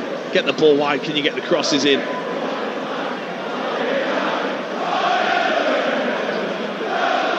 Tommy Doyle takes it right through the 6-yard box. Carlos Vicente waved the right foot at it, but had a defender right by him and he couldn't get the touch he wanted. Had a play for a goal kick. Well, Leeds have got a good record this season. Well, not a bad record. Anyway, in the Premier League, when they've taken the lead, they've won more than half the games when they've gone 1-0 up. But Forest, Villa and Newcastle have all beaten them from that position. Leeds looking for a second. Long ball through the middle. Tanaka can hook it over his shoulder. Osman's retreating and gets it. Longstaff was in there. Appeals for handball. Wagner stopped for a moment. Longstaff didn't. And Leeds will be able to bring it forward down the right. Nyonto has done well to keep it in. And then it's hit Osman and goes out of play for a Leeds throw. 10 yards from the corner flag. They're attacking. And even Ampadu's going to come across to take it for Leeds, who lead courtesy of that goal from Lucas Mecha. It's his 7th in Leeds colours. He's only started 10, so it's not a bad record at all. Ampadu leaning backwards over the hoardings. Good distance on his throw. Tanaka from distance. Blocked by Panzo and cleared. And then Longstaff will go all the way back to his goalkeeper. 60 yards behind him. Lucas Perry. Birmingham with an advancing defensive line. Lucas Perry couldn't get it over them, which was his intention. But just try to get Okafor up against the brighter say Samuel. And Tanaka will calm things down to find Biol. 1-0 to Leeds with 7 gone in the second half. Yeah, now it has to be down to that game management. Again, being composed on the ball. Ampadu gives them a little bit extra in that sense. Can you build? Can you then go and get the second one? Go and give yourself the cushion that you'll need. Birmingham will have their moment, that's for sure. The Blues, for their part, have only won once all season when they went 1-0 down, and that was a game very early in the campaign at Blackburn. The Blues fans will remember where they were 1-0 down going into the 90th minute, equalised, and then scored a winner in the 8th minute of stoppage time to win 2-1 at Ewood Park. Only need an equaliser today to get the game to extra time, of course. But it's 1-0 Leeds, who've been much improved since half-time. Clara, down by his own corner flag. Long ball play forward by him. Priska comes to meet it. Tries to knock it down on his chest for Carlos Vicente, who Birmingham haven't been able to get as heavily involved as he was in the first half. Lucas Perry clears from inside his own box. Clara had the lead striker Mecha backing into him. Clara just taking a couple of steps back, allowed the ball to roll through to Panzo, and Birmingham cleared. Now towards Osman, who's got a great turn of pace, and he's beaten James Justin there. Now they're running ball out towards the edge of the penalty area. Slips it in for Stansfield, and a sliding challenge is a good one from Biol to put it away for a corner. Yeah, excellent work from Osman. Gets lucky when Justin tries to make the challenge and he gets away. Ricochets off his shins, but then he's got the awareness just to play Stansfield in, and then again another really good run from that 10 position. How good have Leeds been though when they've stepped across to stop those crosses to go across their goalkeeper. So Doyle has given a different signal this time. He's picked up the ball from the corner quadrant, shown it to those inside the 6-yard box and spotted it back down. He now raises his left arm. In it comes, really deep. Heads go up for it. Lucas Perry got a touch. And eventually Ampadu will be able to clear from inside his own 6-yard box. One of his teammates is down, and then a free kick is then given Leeds way for a subsequent challenge over on the touchline. But Bornau's back on his feet after being on his knees inside the 6-yard box for a moment. The referee's coming across to see whether he's got a problem with concussion, whether he's going to have to call the Leeds medical staff on here. But it was a great delivery in from Doyle. Perry tried to come and punch it, missed it completely, and again, it just hasn't fallen for Birmingham. In those moments, in the area, it's not once really fell for one of their players to get a strike across. It's multiple times that it's fallen and scrambled around in the penalty area. Sebastian Bornau just ended up getting sandwiched between his goalkeeper and August Priska, and is being looked at just to make sure that he's okay. Just gave his head a real shake as he got back to his feet, and he looked a little bit disconcerted. You obviously have to go through all the protocols to make sure that he is okay. Osman now, which is down in front of us, changing his shirt. I think he's gone from long sleeve to short. And Bornau, still holding his head, will leave the field and play will resume with Leeds temporarily down to 10 men. What have you made as a former number 9 yourself of August Priska? Because it's not a name that many will know yet in English football. I would say, obviously, he's got similar stature to Voltemada in terms of he's tall, he's lean, he's not necessarily particularly strong. I think he's a little bit quicker. He's been looking to try and run into the channels, but I would say a little bit like Metcha, it's hard to really see the best of him because he's so isolated. There's no one really making runs off him particularly, and it's not like he's been able to attack many crosses yet that have been in his area. So in terms of his all-round play, energy, willingness to get on the end of things and back in, not too bad at all. Still waiting to really see what he's like in front of goal. Well, he got 19 last season in Swedish football for Djurgården. I don't think you can read too much into that necessarily. Bornau is back on his feet and back on the field now, so Leeds restored to the full complement of 11. Doyle is battling. Clara stops the goal scorer Mecha. Birmingham get it forward with Vicente, taking on Longstaff, winning the corner again. Leeds man across the block, the cross that comes in. Birmingham trying to build up a head of steam as they look for the equaliser, and will take this corner from to the junction of the Cop and the Tilton, over on the far side as we look at it. Wagner across to take it as St Andrews finds his voice.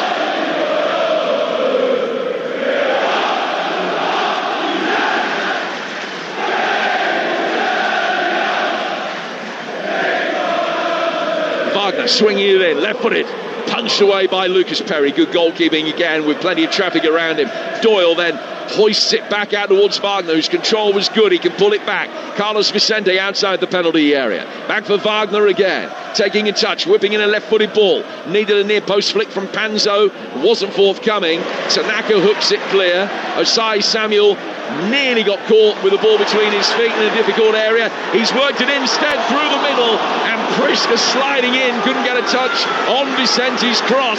He's claiming he was pulled down, but it's going to be a corner, not a penalty to Birmingham. Well, there's the first glimpse. Priska, opportunity, brilliant ball across from Vicente. Flashed it across, and I thought your favourite, and he allows from behind, maybe not the awareness to know where Bornau was. Bornau just gives him a little shove, and it was enough to put him off. Really should have been strong there, sliding in, tapping home. Latest corner. Doyle from the Birmingham left into the near post, headed away well, comes back out for Vicente, turned towards goal by Priska, and then Vicente's next effort after that was blocked, ricochets away for another corner. Oh, well, it just floated to the back post, was volleyed into the crowd. Again, another block by a Leeds player. Comes back to Vicente just as he's about to strike. Bonao was there again to poke away. This is the momentum, though, from Birmingham City. Fourth corner of the second half. This one to be taken from the right by Wagner. Lucas Perry is in the back of his net for a moment. I'm not too sure what put him there. I mean, I'm going to guess it was a Birmingham player, but I don't know exactly how. Clara, I think, was keeping his eye on it. We're just having a look at a replay now. It might be that the nearest Birmingham player was Solis, but he's gone down holding his knee. And there still appears there's some discomfort. He's going to be able to continue. He's just signalled to the referee that he is okay. So takes up station again on the line. And now the corner comes in. Little flick from Priska. Breaks on the left-hand side of the area from Osman. Now he tried to turn the wrong way past Ampadu, who's able to easily read it and clear, and Leeds can break quickly. Tanaka, Sai Samuel covers the ground, gets there ahead of the speeding Gnonto. It's good defending. Because if that had got through to Willie Gnonto, Leeds were in a great position. It was a good break, instigated by Ampadu. Classily playing his way out from the back. It's 1-0 to Leeds. Clara. Blues play goes down in the midfield, play goes on. Clara's still got it. Out to the right flank where Priska's waiting. Stansfield making a run down the channel. Clara's still forward, putting the pressure on Tanaka. As he fouled him, he has. Free kick to Leeds. Yeah, they've been clever at that, Leeds. We're just winning the free kick when the pressure's on. We just wonder whether Goodmanson's going to receive a yellow card for taking down Vicente near the halfway line. Fortini, I think, maybe just waiting for Goodmanson to get back into play. No, he's going to let that go. So just the two players booked so far, both Birmingham players. And that's Solis for kicking the ball away and Vicente for diving. Catch Carlos Vicente from behind there, Goodmanson, but no yellow card. Panza touches it back for Ryan Alsop, his goalkeeper. Now Longstaff will come and engage. Remember, Alsop early in this second half under pressure from the Leeds United press. Smack one straight into Ampadu. Now every time the ball is at his feet, Leeds United are putting the pressure on him. He's trying to force another error. He's got that away this time. A 70-yard forward pass that Bior heads back to his captain Ethan Ampadu. Goodmanson down the line. Opportunity for Mecha, the Leeds goal scorer at turn. Fine Okafor. Mecha making his way into the middle very quickly.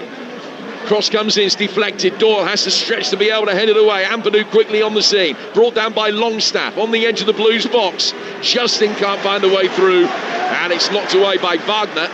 Ball now runs around it on halfway. Turns it back to his goalkeeper. Don't think he's going to stay 1-0 for long. No. The big change in Leeds, though. Ball, though, gets away. Big change in Leeds is that substitution. Mecha just losing out, to say. Samuel been given a torrid ride for a moment. Birmingham can bring it away. They have it with Vicente in the midfield, and he will turn, try to get it away from Longstaff, and it goes out of play for a throw. Let's get an update from the WSL. Here's Angelina Kelly. It's Chelsea 1, Liverpool 0. There have been chances for both teams in the second half. Liverpool's Martha Thomas shooting from outside the box, and Lucy Bronze, who replaced Sandy Baltimore for Chelsea at half-time, getting her head to a cross that came in. But as it stands, Chelsea 1, Liverpool 0. The other scores: Villa 1, Spurs 3, Everton 1, West Ham 0, Manchester United 1, London City Lionesses 1. The Brighton Arsenal game in the WSL later postponed because of a waterlogged pitch. The FA Cup ties are all on. Grimsby about to get underway very shortly in their match at home to Wolves. It's live for you on Talksport 2. Birmingham again determined to play out from the back. And Longstaff has won it back from Solis. He's found Tanaka on the edge of the D, setting up Ethan Ampadu, who's only a rare goal scorer. Didn't really approach that with a great degree of conviction, and Doyle was in the way to block.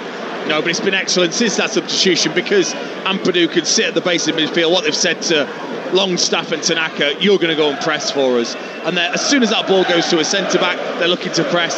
Back to Allsop, continue to press. The team gets up the pitch. They're making it really difficult for Birmingham to play out, as they did in the first half quite easily. It's a good change from Daniel Parker at half-time. Well, as things stand with 26 minutes to go, this game won't be going to extra time. Leeds leading here by a goal to nil. And at the conclusion of this game will be at Oxford against Sunderland, which kicks off at 2. And then at 4:30, exclusive to Talksport, it's Arsenal against Wigan. Tomorrow night, Macclesfield back in action at the Leeson.com Stadium as they host Brentford. And that's tomorrow night's live FA Cup action. By that stage, we will already know who's playing who in round 5, the draw being made just after 6:30 tomorrow, and you'll have first news of that on Drive with Andy Goldstein and Darren Bell. Goal at Kingsmeadow in the WSL. Angelina? It's Chelsea 2, Liverpool 0, and it's Lauren James, who's been Chelsea's best player, created so many chances. She had a beautiful strike from the edge of the box that sailed into the back of the net towards the near post. Chelsea 2, Liverpool 0. So looking good for Chelsea. Ball out of play here for a throw to Leeds. About 10 yards from the corner flag over on the far touchline. Ethan Ampadu's going to come across to pick up a yellow ball on the top of a white cone. He'll dry it on the inside of his black shirt. So try and get as much purchase on this long throw as he can. Ball now is forward, corner of the 6-yard box. He's the nearest Leeds player to Ampadu, although Longstaff now makes a run towards the edge of the box. In comes the long throw. Clara heads it away. Clear ball now at the near post. Back in from Ampadu's head. Breaks for Nyonto, edge of the penalty area. Didn't get hold of it. And Allsop could trot across and pick it up and then kicks it forward quickly. The play stops because Stansfield is down hurt on the edge of his own penalty area. Yeah, had to go sliding in there. Stansfield bravely knew he was going to take a whack from Nyonto. They all slid in. Nyonto trying to get the strike away, bobbled it towards the goal, but then crashed into Stansfield. You're listening to FA Cup Game Day on Talksport with McDonald's. Order delivery on the McDonald's app from 11 a.m. 18 plus. Fees applied to delivery orders. Subject to availability. Price may vary. 1-0 to Leeds United. Stansfield just being attended to. Mud all over his face. Looks as though he's going to be okay. Just a nod at his head to the medical staff to say that he's all right. Thumbs up to those on the Blues bench. Changes that they can make, incidentally. You've still got Neumann, Roberts, Fujimoto and Dutch to bring on, as well as youngsters Bedecker and Burrell. Leeds, Bogle, Roden, Calvert-Lewin and Peru, Aronson, Byram and Gruev all waiting in the wings. Not for long though, because it's going to be a double change here. Brendan Aronson and Don Calvert-Lewin are the players that are coming on. Nyonto, the first player replaced. Aronson on for him. And is it going to be Calvert-Lewin for Mecha? Yes, it is. So Don Calvert-Lewin coming on up front. Calvert-Lewin, who hasn't scored a goal in the FA Cup for 5 years, but he is in his best goal-scoring campaign for 5 years, with 10 in the Premier League. Missed the game against Chelsea because of injury in the week. Calvert-Lewin on for the final scheduled quarter of the 90 minutes, with still the possibility it could go to extra time. It's Birmingham 0, Leeds 1 at the moment in the FA Cup 4th round here on Talksport with Jim Proudfoot and Dean Ashton talking through the action from St Andrews. Panzo on his Blues debut, forward towards Priska, who just got caught on the breeze there that held it up and made it easy for Bornau. England's number 9, the shout that greets the arrival of Calvert-Lewin. Lucas Perry with a good ball forward. Tanaka able to turn. Calvert-Lewin making a darting run, trying to play on the shoulder of Panzo. Tanaka went the other way, and the ball was given away.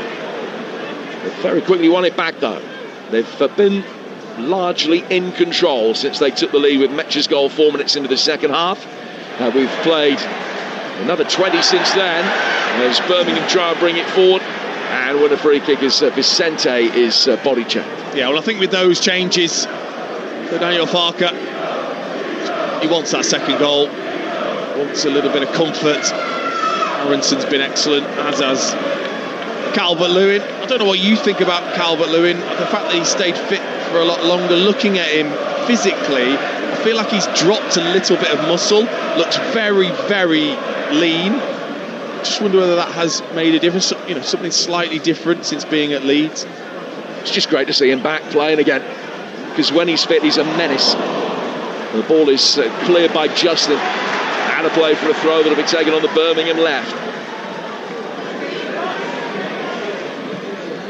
Tommy Doyle sliding in inside the penalty area, headed away. Now Calvert-Lewin's going to chase after it. Panzo got back, Samuel, I beg your pardon, got back and won it. He got caught from behind by Calvert-Lewin. It's a good foot race between the pair of them. Neither blisteringly quick, but very well matched. And Asai Samuel did well. He had to, because if Calvert-Lewin got to that first, he was in. But he just caught, right to say, Samuel. It's a free kick to Birmingham. Oh, it's the last thing you need. You've just come off the bench. You've just jogged onto the pitch, and then you're asked to do a full sprint. He looked stiff there, Calvert-Lewin. He did struggle to get that body going. Asai Samuel's extremely quick. Made it look easy in the end. Osman trying to get inside the penalty area. He fires it wide. He turned away from Calvert-Lewin. In fact, a corner has been given as it. Yeah, on the Birmingham left. Calvert-Lewin and Bornau both converged on him. Blues fans had a good view of that at the Tilton end. Thought that it was perhaps worthy of a penalty. Corner given. No real discernible complaints from the Birmingham players. Doyle comes across, spots it down. At this time, walked over, took the ball and raised it above his head before putting it down. Birmingham packed the 6-yard box, 2 in front of the goalkeeper, and at the far post it almost found Priska, but it's ended up going wide. Yeah, goalkeeper fouled, Portierney blew for that opportunity again. Seeing Priska there, the size of him, back post, I'm thinking he's going to head this in. Surely his head disappeared into his body like a mutant Ninja Turtle. Honestly, that's not a good sign, I would say. Got to be powering that in and then worry about the referee's whistle after that.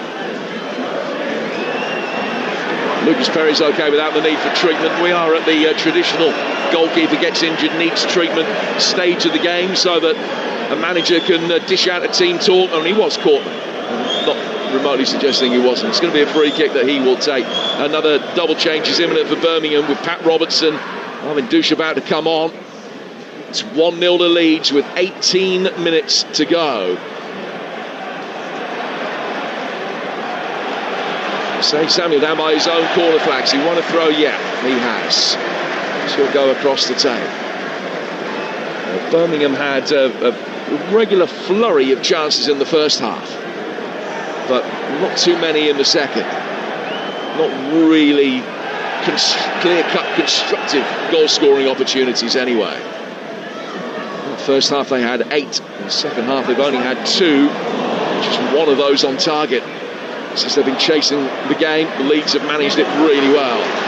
Doyle tries to fire one over the top towards the left-hand touchline for Ibrahim Osman to chase. And Birmingham can now make the changes. Priska coming off and Douche will come on to lead the line. And he's getting a good ovation, August Priska, as he leaves the field.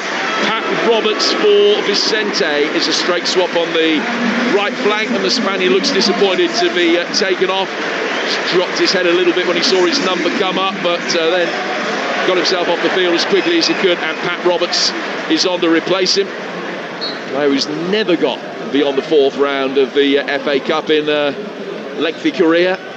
Hoping to do so now, but Birmingham at the very least need an equaliser in the last 17 minutes to take this to extra time. Well, I think Vicente hasn't had the same impact as he in the second half as he did in the first. And then Douche coming on for Priska. Ball's played forward, Stansfield's offside. I'm sure that's the correct decision. Yeah, he was clearly offside there, Stansfield, who has actually gone to play as the 9. Dushka's gone in as the 10. Roberts will just give them a little bit more in terms of, I think, rather than going on the outside, he'll look to go on the inside of Gudmundsson. Can Messiah Samuel get on the outside? Flurry of goals in the WSL, where it's now Villa 2, Tottenham 5. It's 1-0 to Leeds United here, with just a little over a quarter of an hour to go at St Andrews. Lucas Perry. Hits it first time. From the edge of the 6-yard box, the retreating Wagner. Able to power ahead back towards halfway. Longstaff returned it in kind. Doyle picking the loose ball up. Panzo jumps out of the way of a ball that was intended for his goalkeeper. Clara turns it under pressure from the Leeds United press, gets it out to his side, Samuel. And now he can turn and run and try and take on Okafor, who's come back, defended it well. It's out for a Birmingham throw. Yes. I mean, look, I said Okafor's a terrific player going forwards. I tell you what, he's worked going backwards as well. Defensively, he's done a good job helping out Goodmanson on that far side to us. Clara. Side-footed out by him outside the penalty area for Jean Solis, who was excellent in the first half. Has been less of an influence in the second. Birmingham the better side in the first 45. Leeds have been since. Ampadu. Play back by Okafor. Now an opportunity to run inside the penalty area. Dom Calvert-Lewin is there. Aronson couldn't find him, but his cross is deflected and it goes behind for a corner. But Aronson's attacking numbers aren't great, not a huge amount of assists, fewer goals, albeit that he's got a couple recently. His work rate off the ball is phenomenal. Incredible, isn't it? When you flick that switch, the light comes on, that is him. Honestly, he's just, as soon as he's on the pitch, he's alive. He's both trying to attack, he's busy, he's looking to create. If not, he's trying to win the ball back. Great player to have in your side. Leeds United corner from the left. Biol! And it's wide. I think he's got to do better, because I think he gets himself free. There's nobody in his way. He can track the flight of the ball all the way to his forehead, and then you've just got to be strong and head that downwards. He doesn't, just tries to let it glance off his head. He goes over the top. Oh, it would all have been overheard that gone in. It would have been be-all and end-all. The ball played out to the Birmingham right as they look for Pat Roberts. Yet to have a constructive touch of the ball since coming on. Justin. Great movement off the ball from Aronson. Across comes the tiring Panzo, and he's put it behind for another corner, which will be taken on the Leeds United right this time. Chris Davis is not happy. He's come away from the edge of his technical area and he's bellowing at somebody. Another change being made by Leeds. Now we're going to see Peru introduced. Now Tanaka, the man that's coming up. Yeah, Longstaff can go in alongside Ampadu if they need to. Aronson to maybe go as the 10. Peru can go out to left, or just go with Peru as the 10. Longstaff's corner, it's an away swinger, heading towards goal, but only just over the bar. James Justin timed his run to perfection, and his header beat Allsop, and he just cleared the bar, and that was very nearly 2-0. I don't think that's as easy as Beale's opportunity, because he's fighting the whole way to just get ahead of the defender, trying to guide the header, of course, under such pressure. It's difficult. Again, couldn't get it down.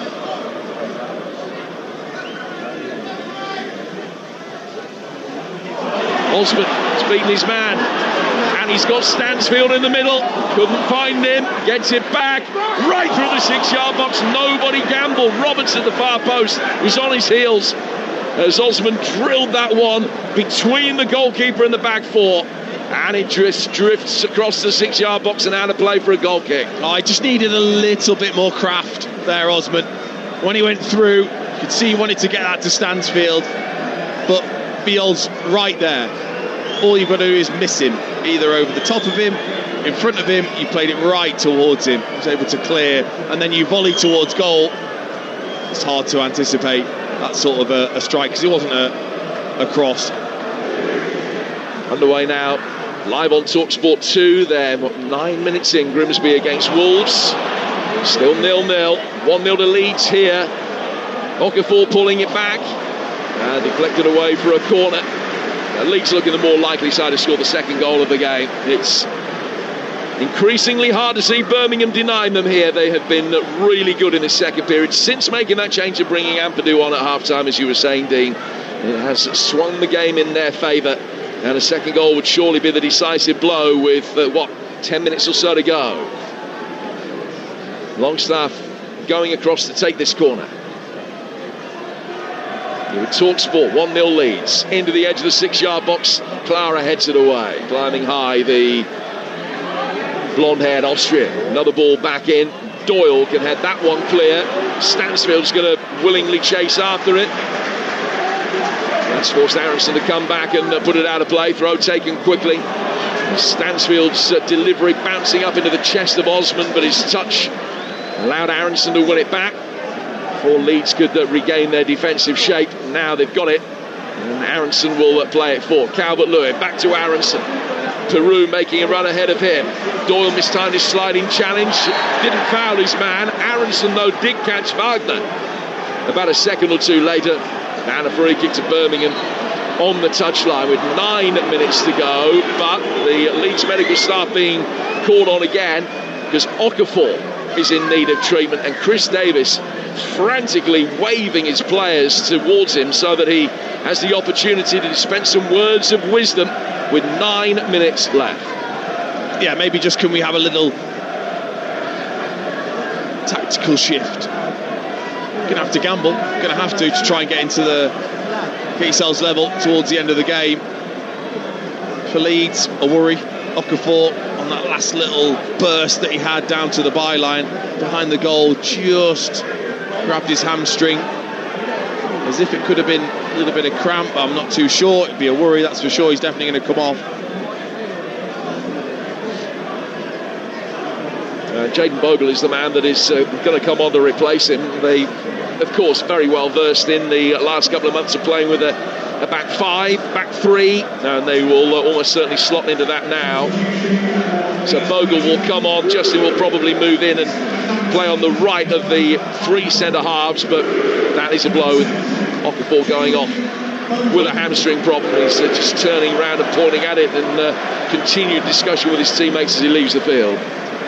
Again, you're hoping it's just a little bit of fatigue, a little bit of cramp, but that would be a worry because of what a great player he is for them. So Bogle's going to come on, and at the moment it's back 6 because Ampadu's dropped in there as well. Ryan Allsop taking this free kick for Birmingham. Didn't get the distance that he wanted. It's an easy header away by Biol. Peru can turn. Longstaff plays it forward. Aronson knew that he was offside. He made no attempt to go for that. I'm not sure he was. I'm actually not sure he was. I think that's why Sean Longstaff's going, hang on, why did he stop? Certainly gave it up early in a game with no VAR.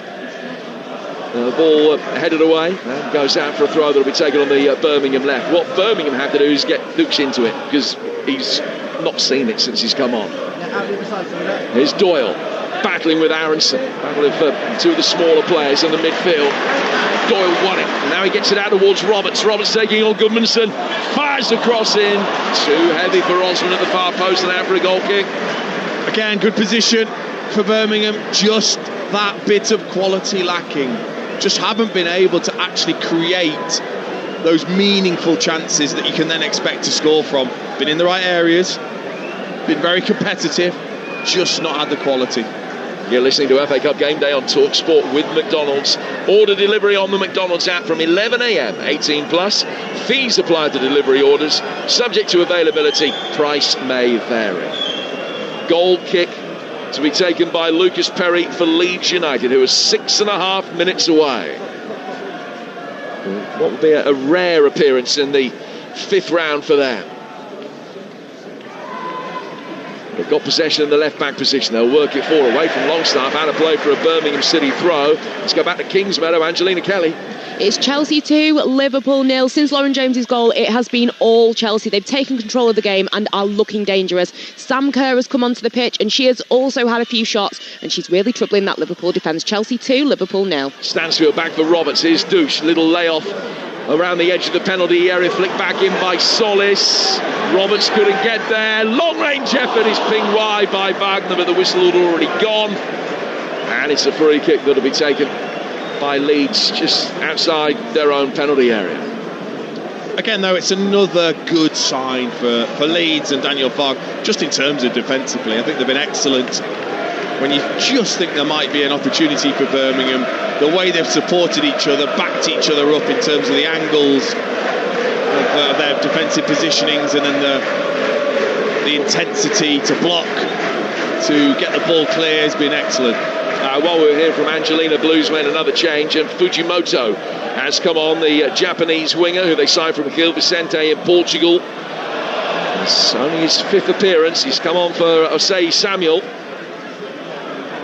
Birmingham with possession, but they're inside their own penalty area. Panzo goes back for his goalkeeper. Allsop side-footing it out. Doyle just had the wherewithal and the time to swing his head around on his neck, owl style, to see who was where. Managed to get rid of the ball. Played it out of the left-hand side for Solis. Free kick's been given Birmingham's way. They're in a hurry to get on with it, as you would expect. There is going to be a little bit of time to be added on at the end of this game. Could be another 4-5 minutes of stoppage time, but we've only got 4.5 minutes of the 90 to go. Villa 3, Tottenham 6 in the WSL. Osman and Justin will clear. Now Allsop. That's another great pass to the outside of the right boot. Roberts has taken it down in his stride beautifully. It's running a Goodmanson. Little reverse ball in for Fujimoto. The Japanese international back for Pat Roberts again. Roberts to Doyle. Doyle firing in the cross. He's taking the deflection. Calls for Osman. And he's bent it across the face of goal and wide. Oh, he just slipped.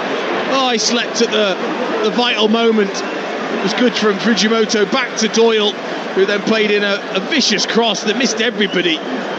Came to Osman at the back post. You think, go on, curl it in that far corner. And he just, as he plants the left foot, it slips away from him. And then he hits the ball with his right foot onto his left foot, and it skims horribly wide. That was possibly the chance there.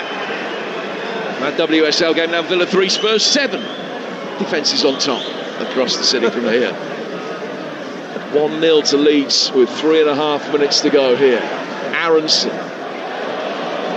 And Roberts puts it out of play. It's a Leeds throw. Every time the ball goes out of play, of course, Leeds are slowing things down. They'd be daft not to. Just managing the situation, which they have done very well throughout the second half. It will extend their run to 2 defeats in 15 in League and Cup, providing they hang on here. More significantly, perhaps, only a 3rd clean sheet in 25 games if they don't concede. A long-range effort came from Bogle on the Leeds right. Cannoned up high, waited a while before it came down, and Calvert-Lewin bore down on Allsop, but he wasn't phased. He was able to catch it and get Birmingham going forward here through the centre of midfield for Doyle. Doyle has been busy. Down to the left for Osman. Osman's seen plenty of it. Wagner making a run on the overlap for him. Worked in field towards Solis. Back it comes down to Wagner on the Birmingham City left, but he's still 20 yards outside the penalty area. Doyle turning. Thought about going back towards Panzo. Realised the disgruntlement of the crowd that was impending and moved it the other way instead. Now he's actually side-footed it back to his goalkeeper, but he's made a long run out Allsop. It's a good ball forward from him. Douche comes to meet it. Fujimoto lets it run out towards Roberts. Birmingham coming forward with 2 minutes to go. 10 yards outside the penalty area. Wagner coming onto it here. Left-footed ball in from Wagner, flicked on and out off Biel's head for a Birmingham City corner. Yeah, excellent first-time ball in, wasn't it, from Wagner? And Biel had to be alert to make sure that Douche didn't just get in front of him there. Just made sure he was at arm's length to flick away. Manchester United 2, London City Lionesses 1 laid on in the WSL. And they're going to be staying second. 90 seconds to go. Plus stoppage time. 1-0 Leeds. Corner to Birmingham. Stansfield looking for a near post flick, but it was easily cleared from in front of him. Comes back out for Roberts! What a goal that is! From 28 yards out on his left foot. Half cleared. And he's walked onto it and larruped it into the bottom left-hand corner. St Andrews erupts. An 89th minute goal from Patrick Roberts. Took a little nick on its way through. And Leeds, who looked set fair for a place plays in the 5th round. Now heading for extra time. Birmingham 1, Leeds 1. Well, this place erupted with that strike. Absolutely lashed it, Roberts, from outside the area. And if you do that and it's on target, you just sometimes need a little bit of luck with the deflection. It does, and it just takes it away from Perry. It's a Leeds defender that just sticks his head out, flicks off, and it's past Perry before he can get another hand out to it this time.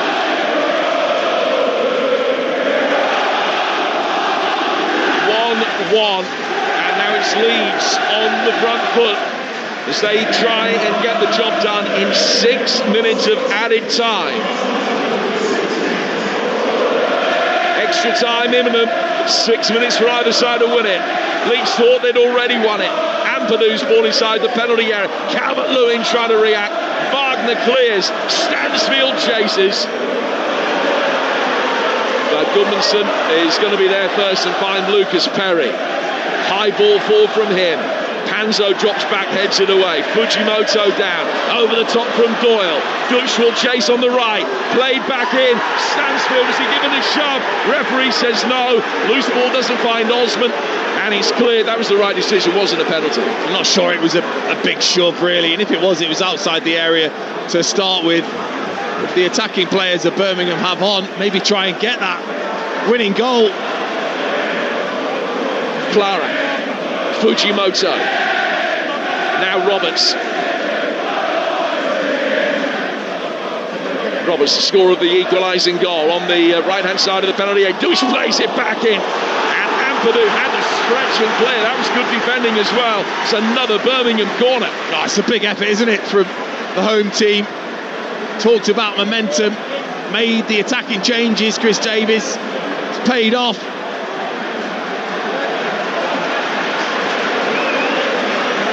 Big ovation for Wagner as he goes across to take this.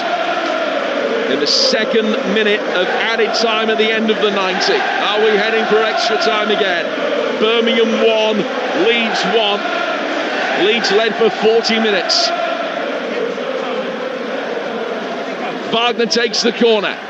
Not a great one. Does find Osman though, left-hand side of the area. And he's put far too much on that as he just tried to bend it back in towards the top right-hand corner. Panzo was lurking, but it's cleared him and gone out of play for a goal kick to Lucas Perry and Leeds with 4 minutes of added time to go. Yeah, it was poor in the end from Osman. Couldn't really tell if it was a cross or an attempt at goal in the end. It was that poor. Just got to keep that alive, just put it back in, see if you can get a flicked header on it. Great FA Cup tie this. Started off frenetically at a great tempo. And inevitably at some stage that was going to slow down. It did after Leeds made the change at half-time, got the goal through Mecha. I don't think that they would have felt that their second half performance had been such that they would have deserved the victory.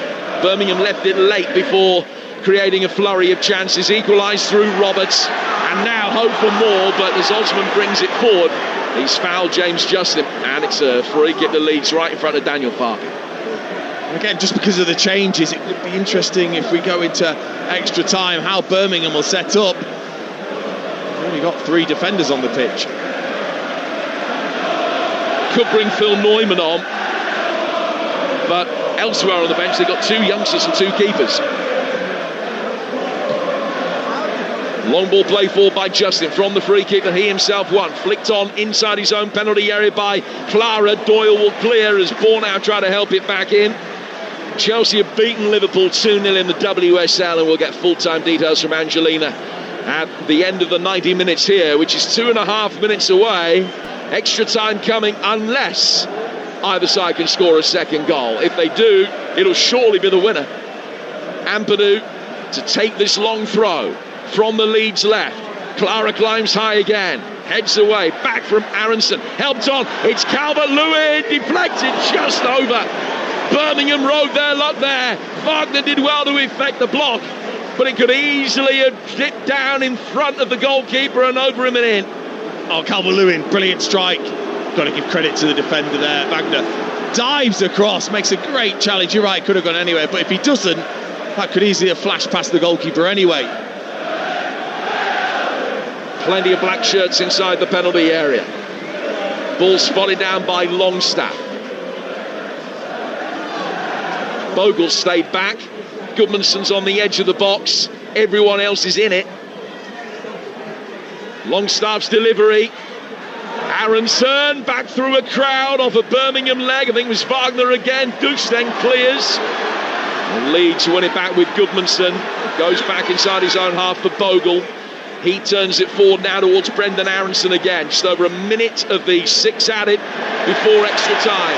Fujimoto, side puts it out of play. He's playing at right back. There's an emergency right back at the moment, Fujimoto. That was the change that they made to try and get themselves back into the game, replacing, say, Samuel.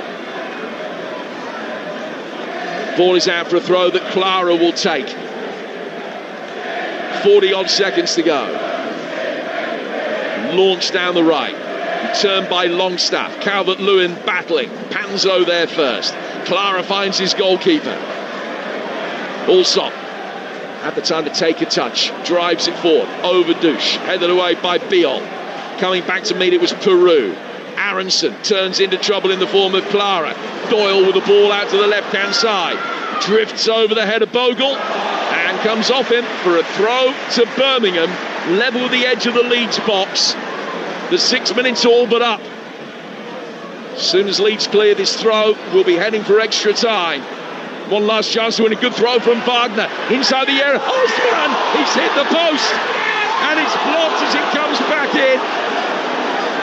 Out towards Clara. And Peru will get it away and will go to extra time. And Birmingham nearly won it with the penultimate kick of the match. With an effort that came back off the right-hand upright from Osman. And Fujimoto following up. Couldn't divert it towards goal. Great comeback from Birmingham late in the game. They so nearly snatched it, but we're heading for extra time. Birmingham 1, Leeds 1. What a cup tie we have on our hands at St Andrews. These home fans so appreciative of the effort, the work rate, the guile that their team has put in to come from behind against the Premier League side. And some of those Leeds players looking very down and dejected. They need to pick themselves up and fast, because this Blues crowd smells blood. We've got another 30 minutes to come very shortly here on Talksport. In the meantime, let's check in on full time at Kingsmeadow with Talksport's Angelina Kelly. It's Chelsea 2, Liverpool 0. Chelsea take all 3 points thanks to goals from Sjoka Nusken and a brilliant strike from Lauren James. Liverpool had the chances in the first half and will be kicking themselves to have got nothing from this game. As things stand, Chelsea remain third in the WSL, 9 points behind leaders Manchester City. Full time, Chelsea 2, Liverpool 0. Elsewhere in the WSL, Aston Villa 3, Spurs 7, Everton 1, West Ham 0, Manchester United 2-1 winners over London City Lionesses, and Brighton's game with Arsenal postponed due to a waterlogged pitch. Remember, it's Grimsby 0, Wolves 0 over on Talksport 2 right now, 27 minutes on the clock. Download the Talksport app, it's there on your DAB radio as well, and you can ask your smart speaker for Talksport 2. Arsenal against Wigan is going to be our exclusive FA Cup commentary here at 4:30pm. Before that, whenever we're done here, we'll be at the Kassam for Oxford against Sunderland, kicking off in just a few minutes' time. Let's get a reminder of the teams with Alex Crook. Thank you, Hugh. Well, Sunderland have brought the surprise element to the Premier League this season here in soggy Oxfordshire. The Black Cats aiming to avoid falling victim to a shock of their own against an Oxford side rooted in the Championship relegation zone. Reggie Labrie makes 6 changes to the side beaten at home by Liverpool in midweek. That was Sunderland's second successive Premier League defeat. 9 changes for Oxford from their 3-0 hammering here against Norwich on Tuesday. Only Masoko and Brannigan keep their places, so Oxford have Ingram in goal, a back four of Spencer, Makoso, Brown and Curry, Brannigan and Volks in midfield, with Mills, Donnelly and Ginu in behind, Lancashire up front. For Sunderland, Roos keeps his spot in goal, a back four of Hume, Mukiel, O'Nine and Sirkin, Hertrauder and Diarra in midfield, with Mundell, Lefay and Tolby in behind Wilson Isidore in attack. Kick-off just a couple of minutes away as Oxford host Sunderland. Another Championship versus Premier League affair at the Bet365. Stoke hosting Fulham with Talksport's John Dunn. And Fulham have made 10 changes from their defeat at Manchester City in the week. Only Alex Iwobi remains in the 11. It's his 100th Fulham appearance. Rodrigo Muniz is one of the players to come in. It's his first start since September, since returning from injury. For Stoke, 4 changes. Creswell and Zonzi and Raksaki move to the bench. Lawal is injured. In come Tolererov, Bocat, Bay and Smith. Kick-off is just about to get underway. It is Stoke against Fulham. Daniel Farke is in the middle of his Leeds players, giving out some very, let's say, animated instructions. Clearly not happy with how his team have performed. In the last sort of 15 or so minutes, they become very disjointed with a number of changes he made. Alongside me, FA Cup finalist Dean Ashton, and there's a change about to be made as well for Birmingham City. I guess the momentum is with Birmingham right now. How do Leeds take the sting out of it? Well, I think what Daniel Farke's trying to say is that obviously with the changes they made and they went very attacking towards the end, but ultimately Leeds sat back and that was the issue. You know, they had control of the game and they stepped backwards, and I think that's what he was probably saying now is in this period we can't step backwards again. We can't allow them to gain that momentum, and they could kind of only just blame themselves really with allowing Birmingham almost to win it. So I think that's more of a case of getting back to controlling the game. It's been a very, very exciting and entertaining FA Cup tie so far. If extra time lives up to the first 90 minutes we got, it could go down as an absolute classic. Birmingham City won, Leeds United won. It was Patrick Roberts' deflected effort that brought the Blues level. Can they push on and go in front? I'll leave you for extra time with the former West Ham and England striker Dean Ashton and Talksport's Jim Proudfoot. And both sides have made a change at the 90-minute mark.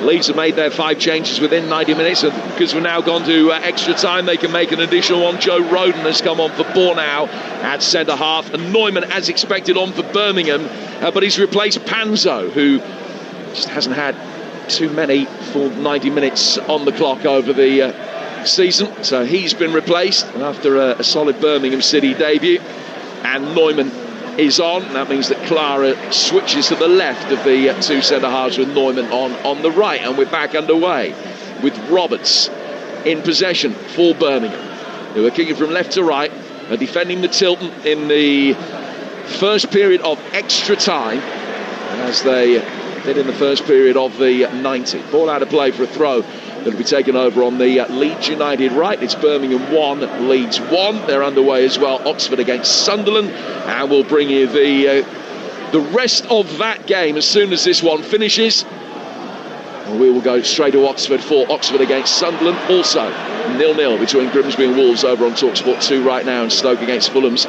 kicked off as well, so we'll keep you abreast of all of the action. Leeds with a free kick, the first of extra time. Longstaff's going to go and take it from the Leeds United right. Yeah, and I think, look, as a player, extra time, you don't want it. You've had enough as it is. So you've got to remotivate yourself almost to sort of get yourself going again. Another half an hour, refocus again. I think that's probably what Daniel Farke was trying to do to the players. So Longstaff to take this Leeds United free kick. He's complaining that the one man in the Birmingham wall isn't 10 yards away. Probably had a point. The ball comes in, Clara knocking it away, back in from Aronson, a little bouncer that was cleared. Next one comes back in from James Justin, that's also cleared. He's got a handful of Roberts' shirt, and the free kick goes Birmingham's way. The crowd's not happy. Wanted the advantage, really. Roberts had made a good run. He'd maintained possession. Birmingham then take the subsequent free kick quickly, try and get it forward for Osman, and it's just on the stretch, cleared by Justin and out of play. So Leeds with a back 5, Bogle at right back, Justin, Roden and Beol, the 3 centre-halves, and Goodmanson at left wing back, Ampadu and Longstaff in midfield, Aronson and Peru buzzing around with Calvert-Lewin up front. And the ball out of play for a throw that Wagner's going to take for Birmingham City over on the left. Goes out of play for another throw, and Dush acts as the ball retriever, throws it back to Wagner, who will take another throw. He's going to try and get a lot more distance on this and get it inside the penalty area. Solis is waiting for it, and he's running around trying to get the right side of Ampadu, who won it, the Welshman. Peru then clears. Calvert-Lewin going up for it. Try to outcycle Neumann. Clara. Clean possession for Birmingham. Down towards Roberts, who's playing it right back now with Fujimoto ahead of him. Roberts coming forward. Onto his right foot, then his left, then his right. Good delivery towards the far post, and Osman was arriving. And it looked for a moment as though James Justin was oblivious to that. But he came across and headed it away and out for a Birmingham City corner. It's 1-1 in extra time. Yeah, not only his goal, Roberts, but he's just made a little difference, hasn't he? Just that ability to get half a yard and get the cross into the box. And good quality crosses as well. Just forces Leeds back. But it's amazing, isn't it, how the momentum has shifted and the confidence is with Birmingham. This is their 11th corner of the day. 1-1 the score. In comes that corner, and it's the worst of the 11 because it was sent straight behind Perry's goal and out for a goal kick. If you're just joining us, Oxford against Sunderland to come. It's a game in which Birmingham were the better side in the opening 45 minutes. Perry with a world-class save, the save of the weekend to deny Stansfield. Metcher scored for Leeds after a change at half-time brought Ampadu on. Leeds the better side in the second until the last 5 minutes. Roberts equalised for Birmingham with a long-range deflected effort. And then Osman hit the post in the 6th minute of stoppage time to take the game to extra time. Birmingham very nearly winning it in regulation 90 minutes. We're in extra time. Pat Roberts has got possession and he's played it back for Neumann. Neumann side-footing it forward. Doyle making a good run and then passing it on towards Fujimoto. Fujimoto faced up by the Leeds United back line. Drifts inside, but just you see the cogs turning in his head. He's trying to work out where the ball should go next, and that allowed Leeds to get their defensive shake back behind the ball. Neumann coming forward, stands it up towards the far post, and they get another corner as Justin again is forced to head it away. And that's because it was another good delivery in from Neumann this time, just floating it over the top of Joe Roden. Justin having to deal with it, having to flick it behind because he knew Osman was there waiting. So can Tommy Doyle get the delivery right? This time he's gone short for Osman. Back from him to Wagner. Into the feet of the edge of the penalty area. Stansfield helping it round the corner. Dush was waiting for it. Couldn't find him. Leeds get it forward quickly. Aronson making life difficult. Calvert-Lewin almost squeezed it through. Fujimoto back. And he did well to get his left leg in the way. Because if he'd missed that, Peru might have been in. Now Birmingham bringing forward at the other end. Roberts getting it back with a little 1-2. Dush couldn't find him. Longstaff, he finds Calvert-Lewin. Calvert-Lewin's got Joel Peru making a run ahead of him. Here's Joel Peru inside the penalty area, checking it back onto his right foot. Well defended, he couldn't get a shot in. Leeds pick up the seconds again outside the box with Longstaff. Real harem-scarum stuff here, with Birmingham having the majority of play. Leeds looking potent on the counter. It's really opened up. Longstaff again. Down to the Leeds United left for Goodmanson.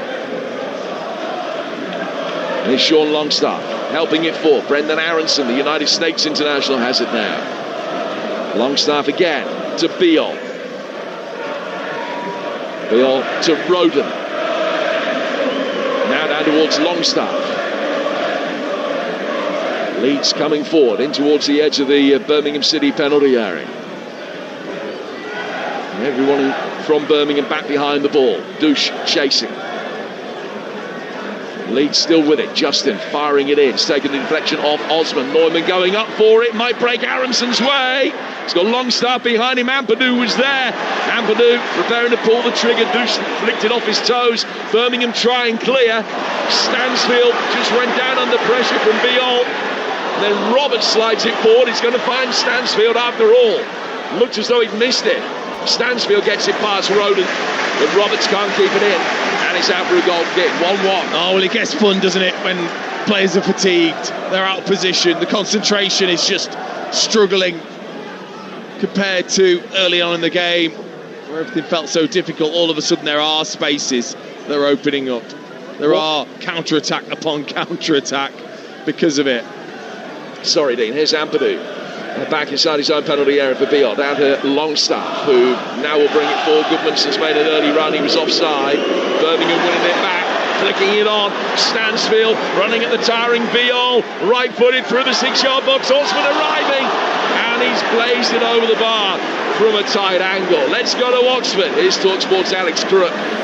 9 minutes gone here. It's still Oxford 0, Sunderland 0. The Championship side holding their own. Romain Mundell down the Sunderland left has been lively, but neither goalkeeper yet tested. Oxford 0, Sunderland 0. Early stages at Stoke Fulham, John Dunn. Stoke 0, Fulham 0. Quiet opening other than a storming Anthony Robinson run, a 1-2 with Kevin in a cross that ended up in the side netty. 9 gone, Stoke 0, Fulham 0. And 99 gone here. And it is 1-1. Well, after all these years, I'd be able to add 90 to 9, wouldn't you?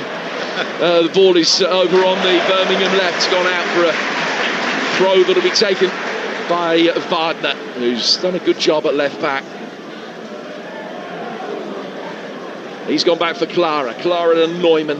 Neumann has got Roberts on the Birmingham right in this advanced right back role that he's got. Turned back by Solis. In towards Neumann. Fujimoto, who wasn't caught by Goodmanson. Crowd thought he was. Play stopped for a moment. Aronson now can bring it forward, taking on Neumann, who can't prevent the corner. To be taken on the Leeds United left. There's 6 minutes to go in this first period of extra time, one each. I always feel it's really important, though. Those substitutions that have come on that are fresher, that's who has to take the initiative. Aronson being one of those, winning his team a corner there. But you have to step forwards knowing there's fatigue setting in for those players that have certainly played the 90. First corner of extra time for Leeds, taken by Longstaff. Allsop almost got caught underneath it. Calvert-Lewin was looming in behind him. Birmingham survived that and will bring it away in their left back position. Planted upfield, but only as far as Jayden Bogle. Bogle into the feet of Ampadu, plays the way that he's facing back for Biol. Biol side-footing it through the midfield. Longstaff's got it now. Longstaff just passing the ball over a little piece of rubbish that has blown onto the pitch, and it's been flattened down inside the centre circle. Just a little white spot and scar inside that centre circle as Leeds work it down now from Longstaff down to Goodmanson. Goodmanson turning and then laying it back for Longstaff again. Fujimoto putting the pressure on him. Out it goes to the right-hand side for Joe Roden. Roden puts his studs on the top of the ball, back from him to Biol, and now down towards Longstaff. And naturally, because you're fatigued, as a team, you just sit in a block. Birmingham have done that. Calvert-Lewin flicking it on. Great run here from Bogle. And good defending from Wagner. Just got back and was able to stop Bogle getting a clean run onto that, and Allsop came out and picked it up. But it's a wonderful flick from Calvert-Lewin. Solis now for Birmingham. Doyle still going. Neumann to Roberts. Score of Birmingham's 89th minute equaliser. Finds Fujimoto.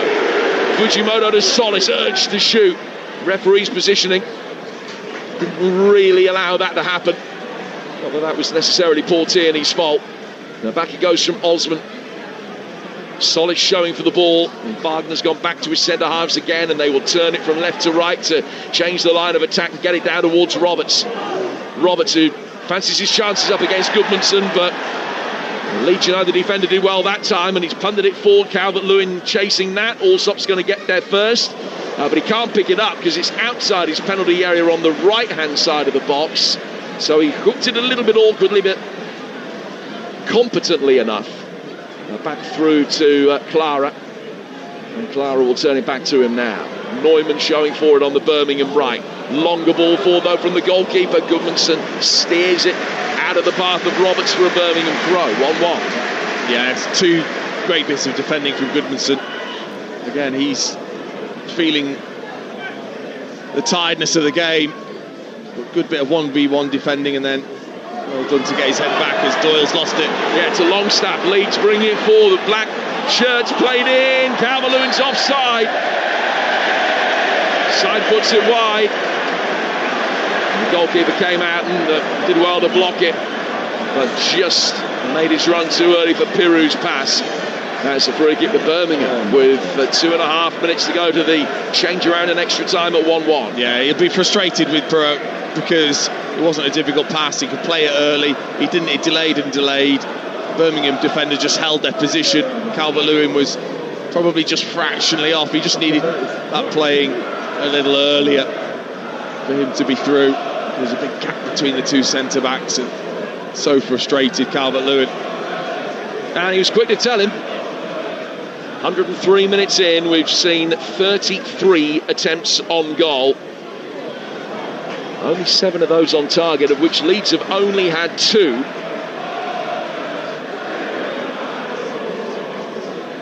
I mean, the game's lacked quality in those final areas, haven't they? But I tell you what, it hasn't lacked any energy, has it? It's been a great watch. And still, the most significant moment of the afternoon lies ahead of us. Is it going to come now? Longstaff rolling it forward. Calvert-Lewin's offside again. Another free kick to Birmingham just outside their own penalty area. You seem just to be having a collective breather now here with just a few seconds remaining in this first period of extra time. You're listening to FA Cup Game Day on Talksport with McDonald's. Order delivery on the McDonald's app from 11 a.m. 18 plus. Fees applied to delivery orders, subject to availability. Price may vary. Also to take this free kick, deliberately spotting the ball down. Don't know that we're going to have any added time at the end of this first period. Also wait until he's given the hurry up by the referee. Now launches the yellow ball spinning towards the edge of the Leeds penalty area, where it's headed away well by Ampadu. Fujimoto battles with Aronson, the loose ball ricocheting out towards the touchline. Calvert-Lewin loses out to Clara, dragged back in by Doyle. Fujimoto forward, Stansfield making a run down the Birmingham right. And now Stansfield getting towards the byline. Good ball in from him, travelled a long way. Justin volleys it behind and out of play for a corner to Birmingham that there's no time to take. Half time and extra time at 1-1.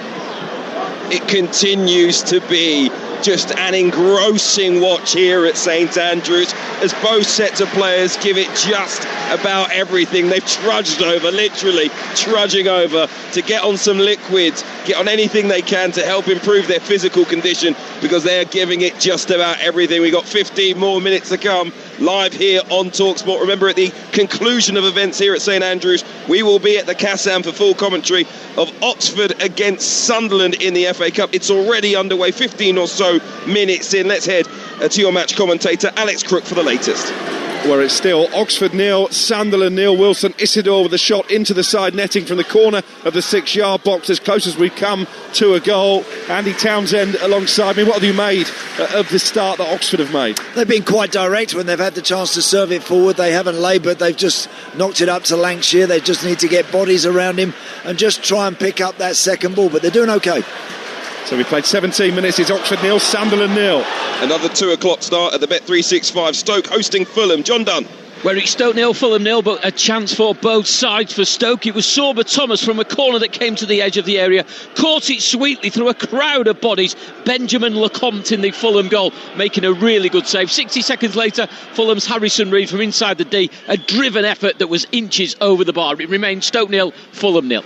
In the Scottish Premiership, it's Kilmarnock 0, Celtic 0. 18 minutes on the clock. Motherwell will host Aberdeen at 2:30, and the big one, the top two, Rangers hosting the leaders Hearts from 4:30 p.m. The players just in front of us, the Birmingham City players, have all been getting massages. Jay Stansfield and the like getting a little bit of the leg shaken out. Tommy Doyle's just picked himself up off the ground, and as I mentioned, there's a lot of trudging out there. They've given just about everything. I'll leave you for the second half of extra time of Birmingham City 1, Leeds United 1 in the FA Cup 4th round with Dean Ashton and Jim Proudfoot. And Leeds can't make any more changes, Hugh.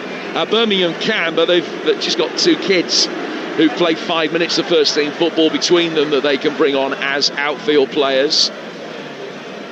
So it's probably realistically unlikely that we will see either Billy Burrell a centre half or Zai Bedecker a winger. I suppose Bedecker might come on if Birmingham go behind again.